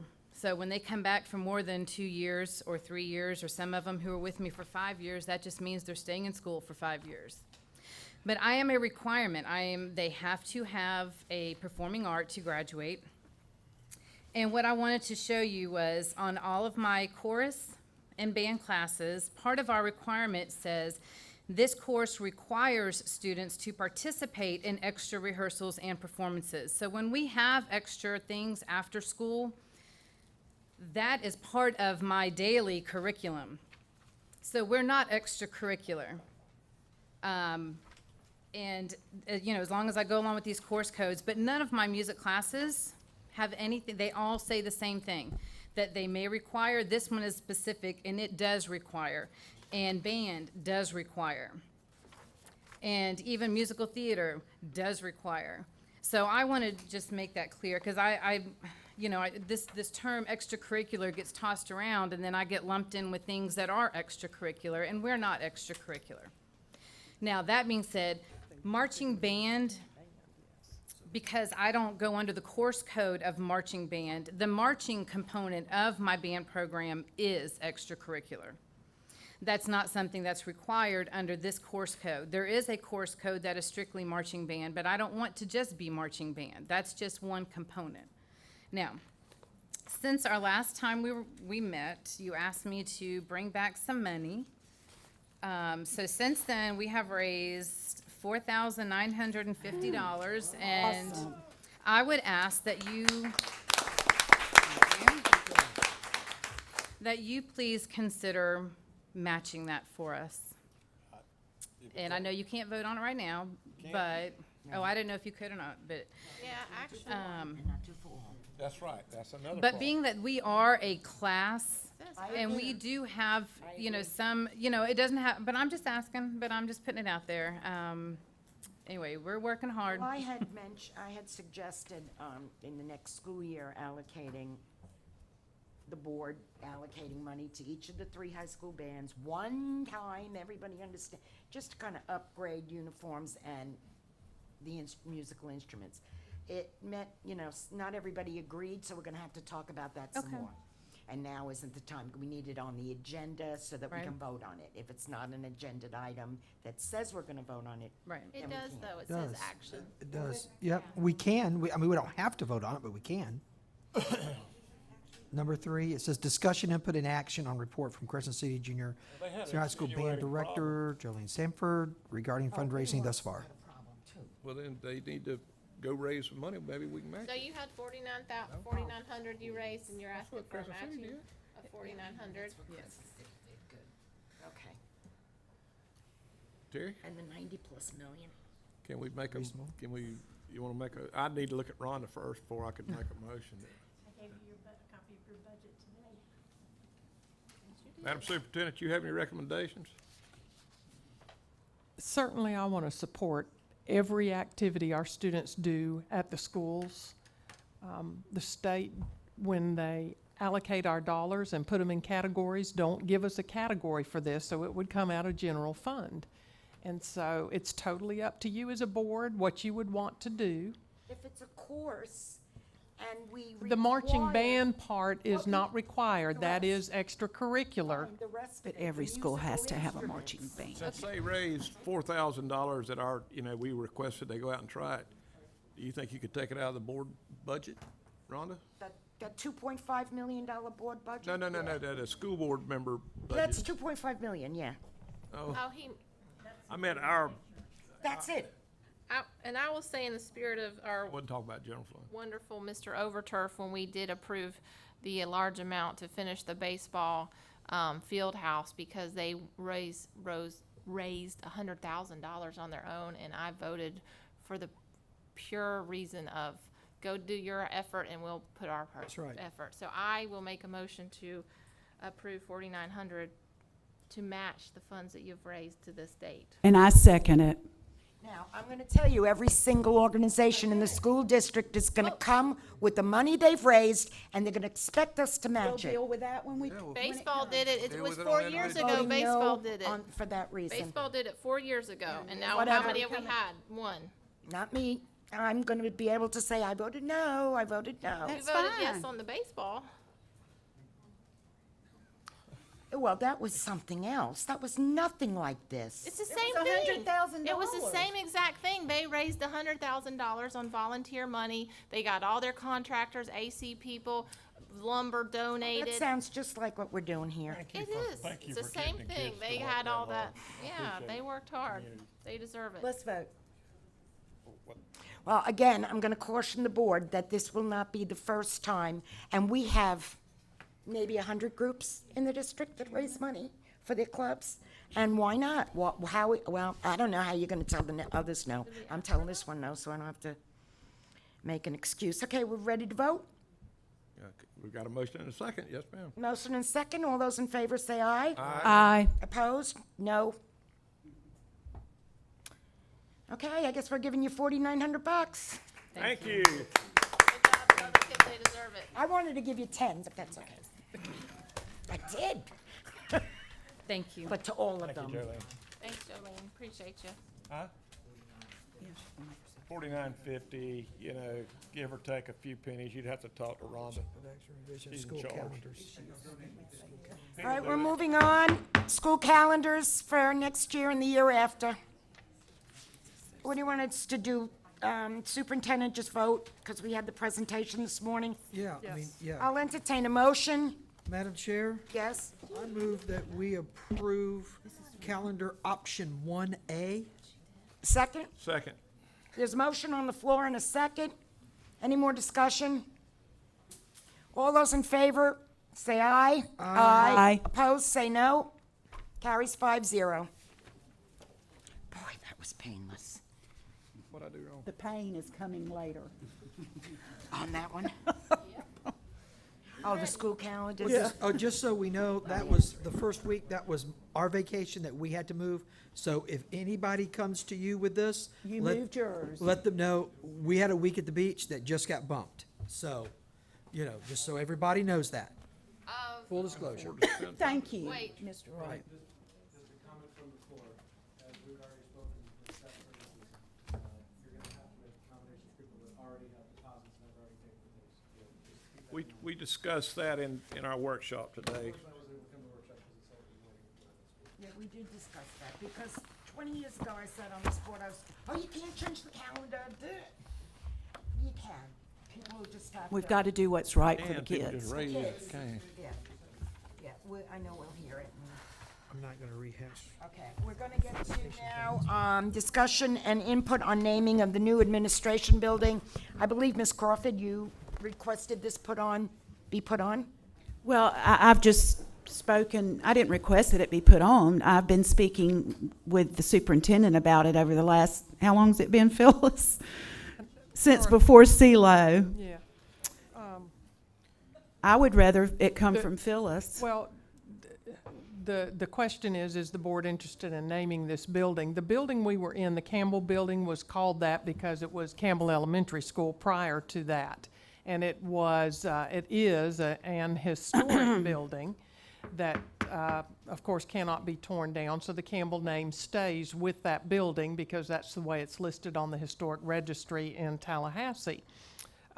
So this building is a new building, and the Campbell name did not come with it. So my question to the board is, are you interested in naming this building? Because if you are, then we need to pursue that.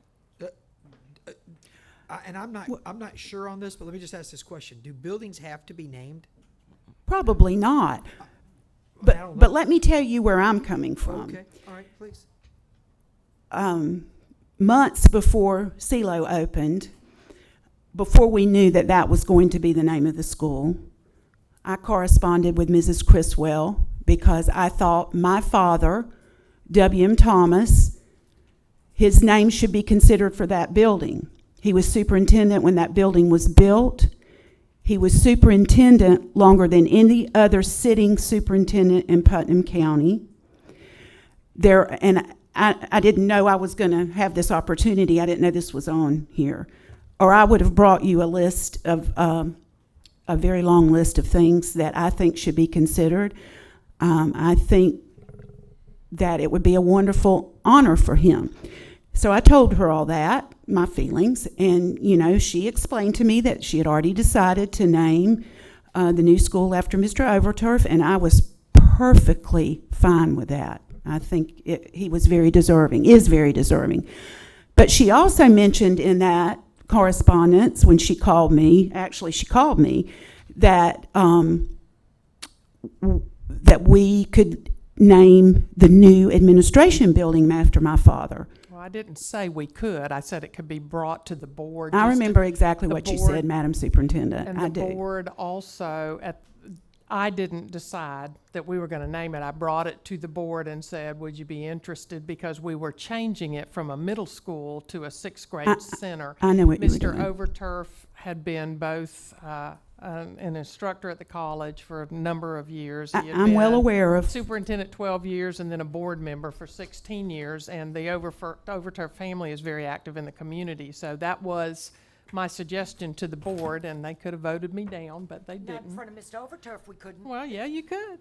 Well, I remember exactly what you said because I called my Because- stepmother immediately and told her. And because of the fact that they are very visible, the name is very visible, and people would recognize it, and the students at that school would get to know the person who was named after that building. The other thing is that Beasley was the former name, and I couldn't find any family members in Putnam County that. He was chairman of the school board at one time. And that's been a long time ago, and nobody that I asked could tell me anything about him. Well, you didn't ask the right And people. The board, well, and I also asked for family members who might be concerned that we were changing the name. And we put that information out all over the place, and no one responded. No one still has responded to me for that. So in honor of Mr. Overturf, who was sitting at the board at that time and had lots of years of doing things here in Putnam County, that's why I brought that to the board at that time. I just. Can I say a few words? There are, yes, you certainly can. There are a lot of people in Putnam County who would probably like a building named after them. I am not one. I don't want a building named after me. Well, I doubt my but when father would care, but I do. And I understand that, I really do, and I did at that time, and I did not consider any other names for that new building at that, or for the old, it's an old Beasley name, and I just felt like changing it to a sixth grade center, it needed a new start. And the Overturf name was the only one I considered. Certainly the board could have brought other names to me when I brought it to them, but they did not. Right, in front of Mr. Overturf. Well, Yeah. and again, if somebody said something in front of me about naming a building after me, I would say no. I don't do this job because I want to be honored with the name of a building. I do it because I love this community. And again, that is a decision that the board would have to make. And no, buildings do not have to be Can I make named. a suggestion, just a concession Go ahead. here?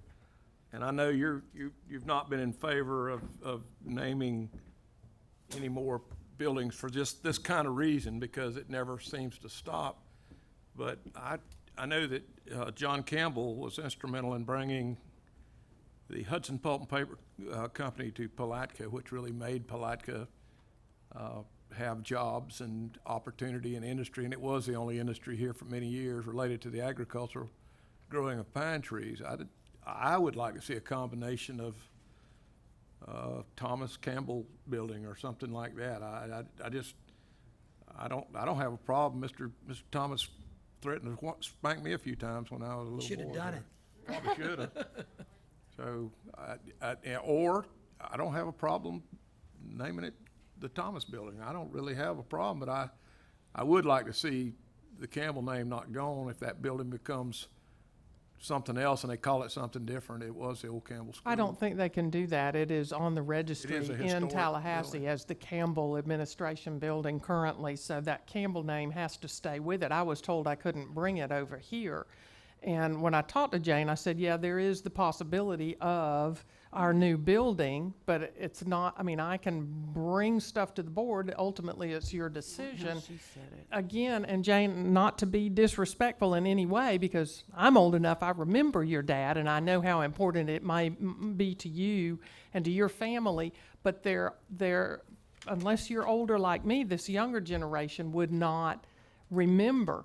Mr. Overturf was current, his family is active, they have at least 2 of the sons that are actively involved in things in the community, and that's why I felt it was important to name that building after Mr. Overturf, and I never considered any other names. I'm sure that there are people out there like you that have family members they would like to name a building after, and so That again, have as much involvement with this Putnam County school system as Mr. Thomas did. I don't have a problem with You'll be I hard remember pressed to that- find somebody. Well, I remember he was superintendent, but that was a long time ago, and he wasn't superintendent when I was in high school. It was probably No, he before wasn't. that. So, and again, I certainly am very thrilled with all that he did for the county, but it would be important to you to name the building after him, and I understand that. Well, I would, Madam Chair, Jane, You know what? Let's just drop it. well, I was just gonna ask, and this would help me. I would love to have a bio of what your dad did. I'd be 'cause, happy to get you one. I mean, I would love to have one, because that would help me in my journey, because I have no, Well, Mr. Wright hasn't been here like us all our lives, so he Right. he would not know who your father is. So yeah, I just need, But what you're saying now is not what you said when we had a phone conversation. I'm not saying you're telling a lie, but that's not exactly how it went. You were very, there was almost excitement in your voice when we talked. So I'm just getting a different feel about it now. It's gotta be us that make the I know, I know that. I do. I felt badly that you thought I had done something No, I never said irreverent to that. your father No, by I- not considering him for that sixth grade center. And I do never remember thought saying that. to you that there would be the possibility of the new building.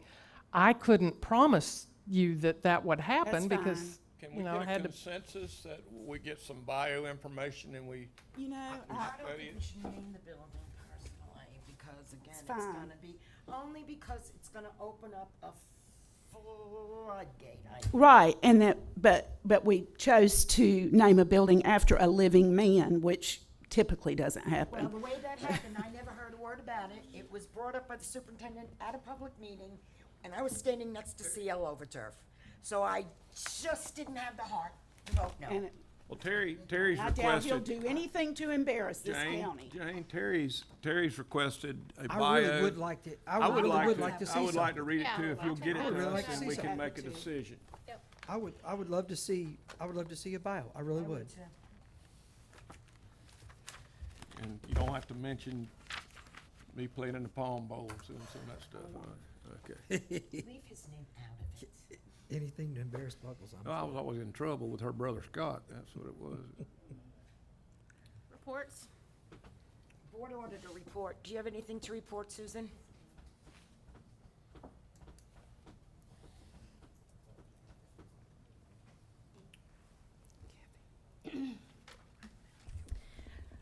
I just wanted to touch base on the activities that have been ongoing. First of all, as you may know, the district has been in search of procedures related to policies that are in place. Based on my investigation, which is by no means a legal determination, but based on my review of the contract with Neola, I understand that that was basically part of the purchase of their services as providing us policies, or the superintendent, went through those, et cetera, at that time. Now, of course, they're not going to be all complete, et cetera, because Dr. Clapp hasn't spent the time working with the district, et cetera, to make sure that they exactly correspond with the policy that's in place. However, I see that as a very good start and something that is of no cost, my favorite price, to the district. So Sharon was able to obtain some policies related to the procedures in the accounting office, finance department. And so I'm very grateful, and we're moving in that direction. And again, this has always been available to the district, it's my understanding, back to 2012. Yeah, 2012. For the district, so I'm pleased to discuss that with you. Also, it's been a very active week. I was able to attend an EFEC conference with, well, not directly with, but that the superintendent, of course, she's the chair, and Rhonda gave a presentation, so that was very interesting. There was meeting involving a gentleman there was giving away free weather stations. So, and I couldn't resist, and I was only there to pass on the information, but I did approach him because, as we talked about earlier, this is a very agricultural-centered district, and once again, free is my favorite price, so I discussed it with him and later with the superintendent, and so to my understanding there, she's speaking with Jim about that already, and they're making a determination of whether that's going to the Jenkins Elementary School or the Palatka High School, as Palatka is the general center, or as close to center as we can get to providing service to all of Putnam County. Once again, this was, I know that's not part of my job, but I could see it was part of the STEM presentation. So it's a hands-on kind of thing, like they were discussing earlier with the FAA, and being one that personally I learned very best by doing. I was excited about that, and the gentleman said that he was particularly interested in providing these to the less affluent counties. And again, this is of no cost, so I found the meeting very interesting, and the Rhonda's report and the review, they're reviewing the cost or the revenue that we receive from NEFAC, as well as, the services we provide. So good ongoing research and great information from the superintendent that she had done some research on as well. In light of our previous workshop, I have spoken to my colleagues about that work, and, I just want to make sure that it's not included as an operational issue, because I want to come back. I think my highest and best use is to provide all these services to the district, and therefore I don't want anything to compromise my independence, both in appearance and in fact. So I'm working with, on a plan that hopefully we will address all of these concerns. Just a moment I wanted to mention as to the attorney's activities.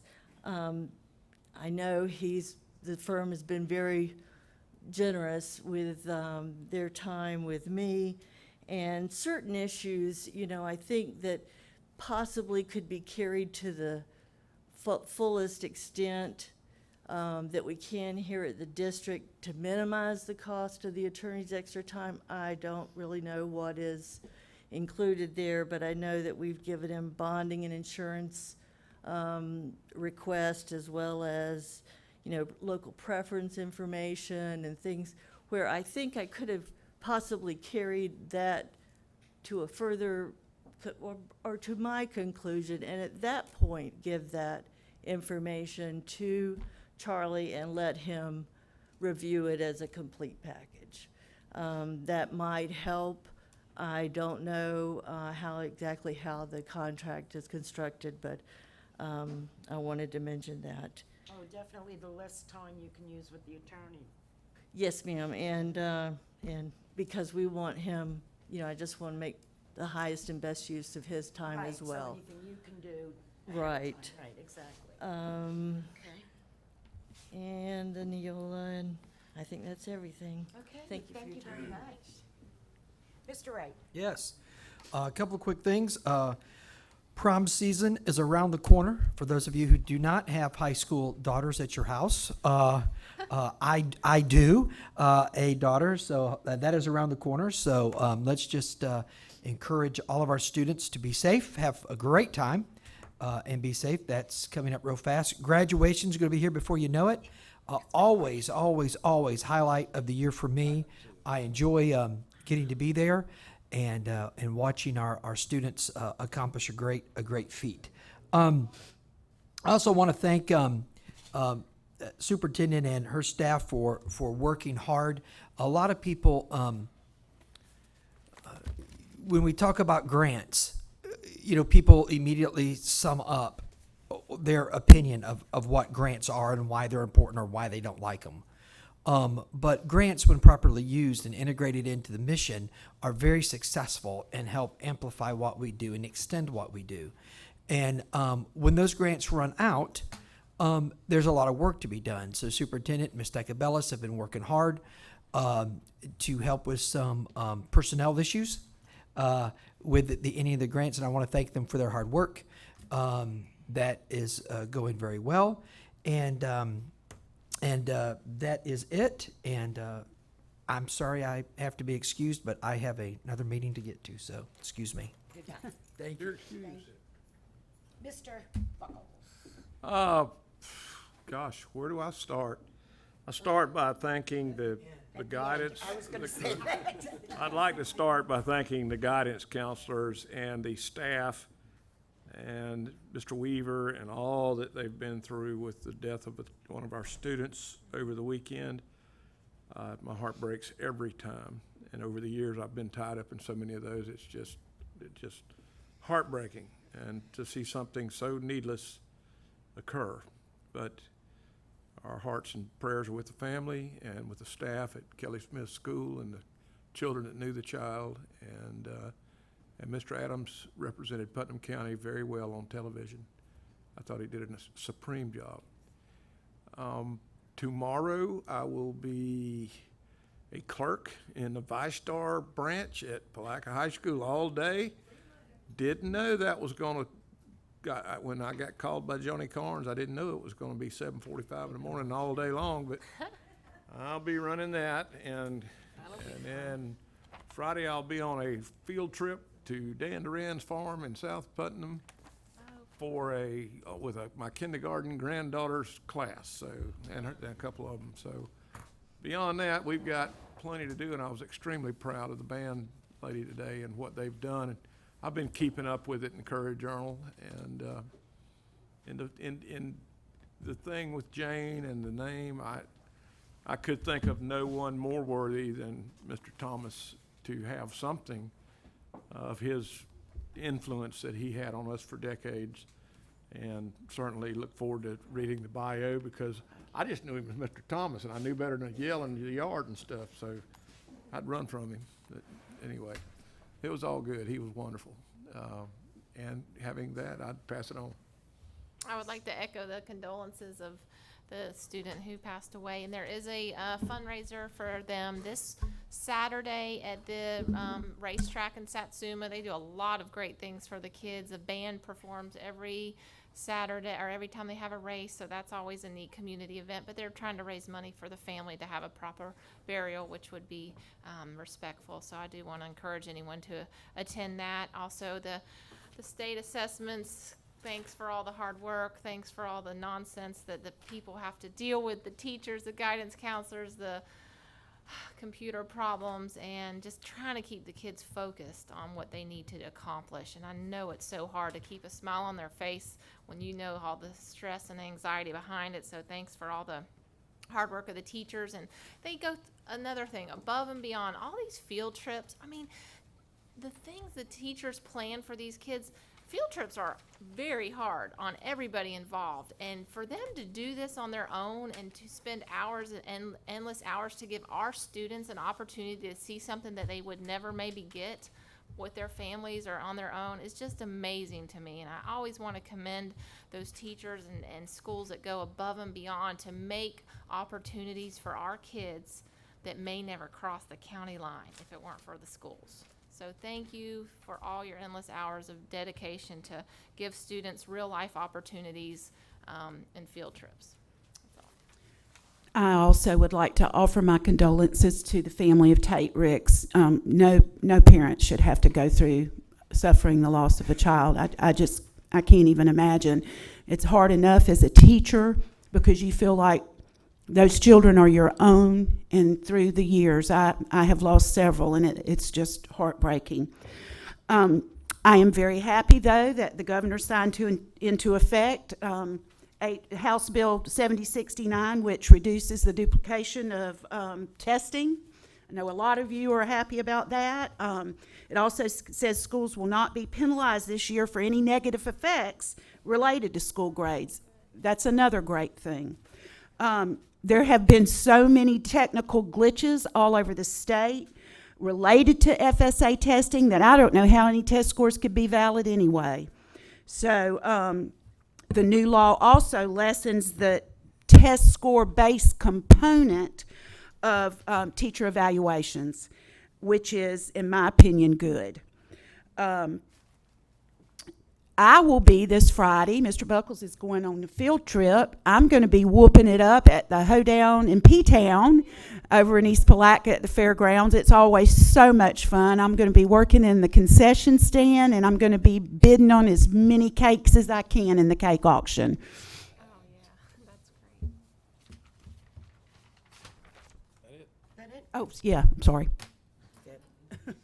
The only thing I would like to say is, Board, you were given a policy draft from the attorney. We were just given it before our meeting started, so we haven't had the opportunity. Please, please, please read it. I'm not gonna call a workshop on it. We'll get it done at regular meetings. And I'd like to put it on the agenda to advertise at the next meeting, please. Mr. Board Attorney, you're up. Well, I'm pretty brief. Yes. All is well in the legal affairs of the board. If you would like me to elaborate, I do send emails, constant communication with the district staff, and there are a few district heads that we work with on a daily basis more than others, and I have to echo the prior comments about how good of a team that the superintendent has assembled. They are a pleasure for us to work with, and the board should be very confident in those who are leading the district, because there are a lot of hours that go into it, and we exchange emails at 10 o'clock at night with a lot of district staff on a routine basis.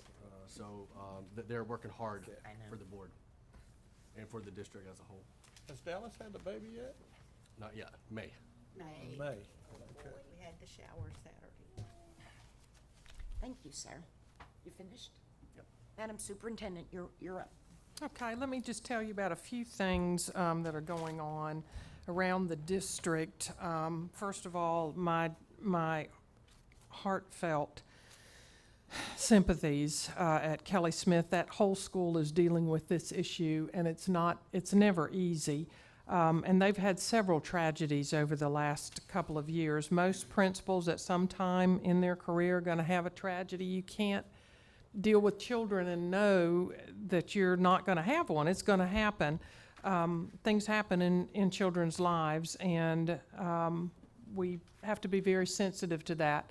And we had our school psychologists and additional counselors from our other elementary schools that have been there this week helping in this really sad situation. And Mr. Adams did a great job as news reporters came to talk to him. Our hearts go out to them, and we will continue to work with Kelly Smith through the week. Also, yes, Hoedown and P-Town Friday night. I've done a call out to the entire community about that. Had planned to do others, but I will have to tell you that I'm going to ask the schools to do these from now on. We continue to get complaints. When we try to inform people, we get complaints. If we don't inform people, we get complaints. And so I'm going to let the schools do their own messages to the public from now on, so that I don't have to listen to people say, they don't want it. The easy thing to do was to call and give us your phone number, so you didn't have to have them. But I think the schools will do their own. But Hoedown and P-Town is an annual event that is really exciting, and so I really encourage all of you to go out to that. Also, Jim Pignato will be doing Beauty and the Beast at the Pignato Theater at the 6th grade center, and that's April 30th through May 10th. It'll encompass 2 weekends, and if you have never seen a Jim Pignato production, you are really missing something. So I encourage you to get tickets and go out to that. The reality fair is tomorrow at Palatka High School. It's being done by ViStar. It's a reality check for students to figure out what they're going to do with their budget. And I think they'll be very surprised, and you'll be surprised. So if you get a chance, go by and see that. Tomorrow's also Earth Day, and so we need to celebrate our Earth and try to take better care of it. I'm sure our science teachers across the district will be doing some things with Earth Day tomorrow. It's also Administrative Assistance Day, so if you have an administrative assistant, you want to be sure and honor them. Saturday, the Waterworks, Palatka's Waterworks will be having a Birds, Bees, Flowers, and Trees. It's a celebration of nature, and they will have all kinds of free activities all day long from 8 o'clock to 4 o'clock Saturday. April 30th will be our Jazz and Drums Under the Stars. That will happen at 6:30 p.m. on our courthouse lawn, so we hope you'll come out for that. April 29th at 6 p.m., the National Honor Society at Interlochen High School will be doing their awards program, so if you're available, please come to Interlochen High. You're all invited. Also, there'll be a play Tuesday, April 28th at 6 p.m. in the Miller Auditorium that will be presented by Middleton Burney Elementary School, and that should be really good, so if you have an opportunity to come down for that as well. I will say for Charles Jenkins, and the reason he was in and out, his techs and he himself are at schools constantly with these testing issues for our Florida Standards Assessment. It's been a nightmare for them trying to keep up with what needs to be done at each of our schools to make sure that the testing is successful, and yesterday it was down across the whole state. It wasn't even our fault, thank goodness. And that says to me that we're going to have a real problem with validity and reliability of this test. The students are all geared up, they get in there ready to take the test, and then they can't get on, and there are constant issues, and then they have to come back and do it another day. It is going to affect their scores negatively, and I had at least one principal email me today about it and his real concern about how the practices have gone and how well that the students have been doing, but the drop in their enthusiasm and what will happen with their scores when they constantly have issues, whether state-related or school-related. So that is a concern also in the bill 6970. The governor signed that last week and said that the validity and reliability of this test has to be determined prior to us receiving grades or scores. So our scores may not come in until September and could be as late as December, and how we're going to deal with that, particularly because now instead of evaluation of teachers being 50%, it's 30%. If we don't have scores, I don't know how we're going to determine all of that. There's some real issues there, and the state Department of Education has sent an email to us saying that we are not to do anything until they send us a technical assistance paper. So we will wait for that and give you an update on it at that time. The last thing that I have is I've had an art teacher at Jenkins Middle School who Dr. Ceremonies says is excellent.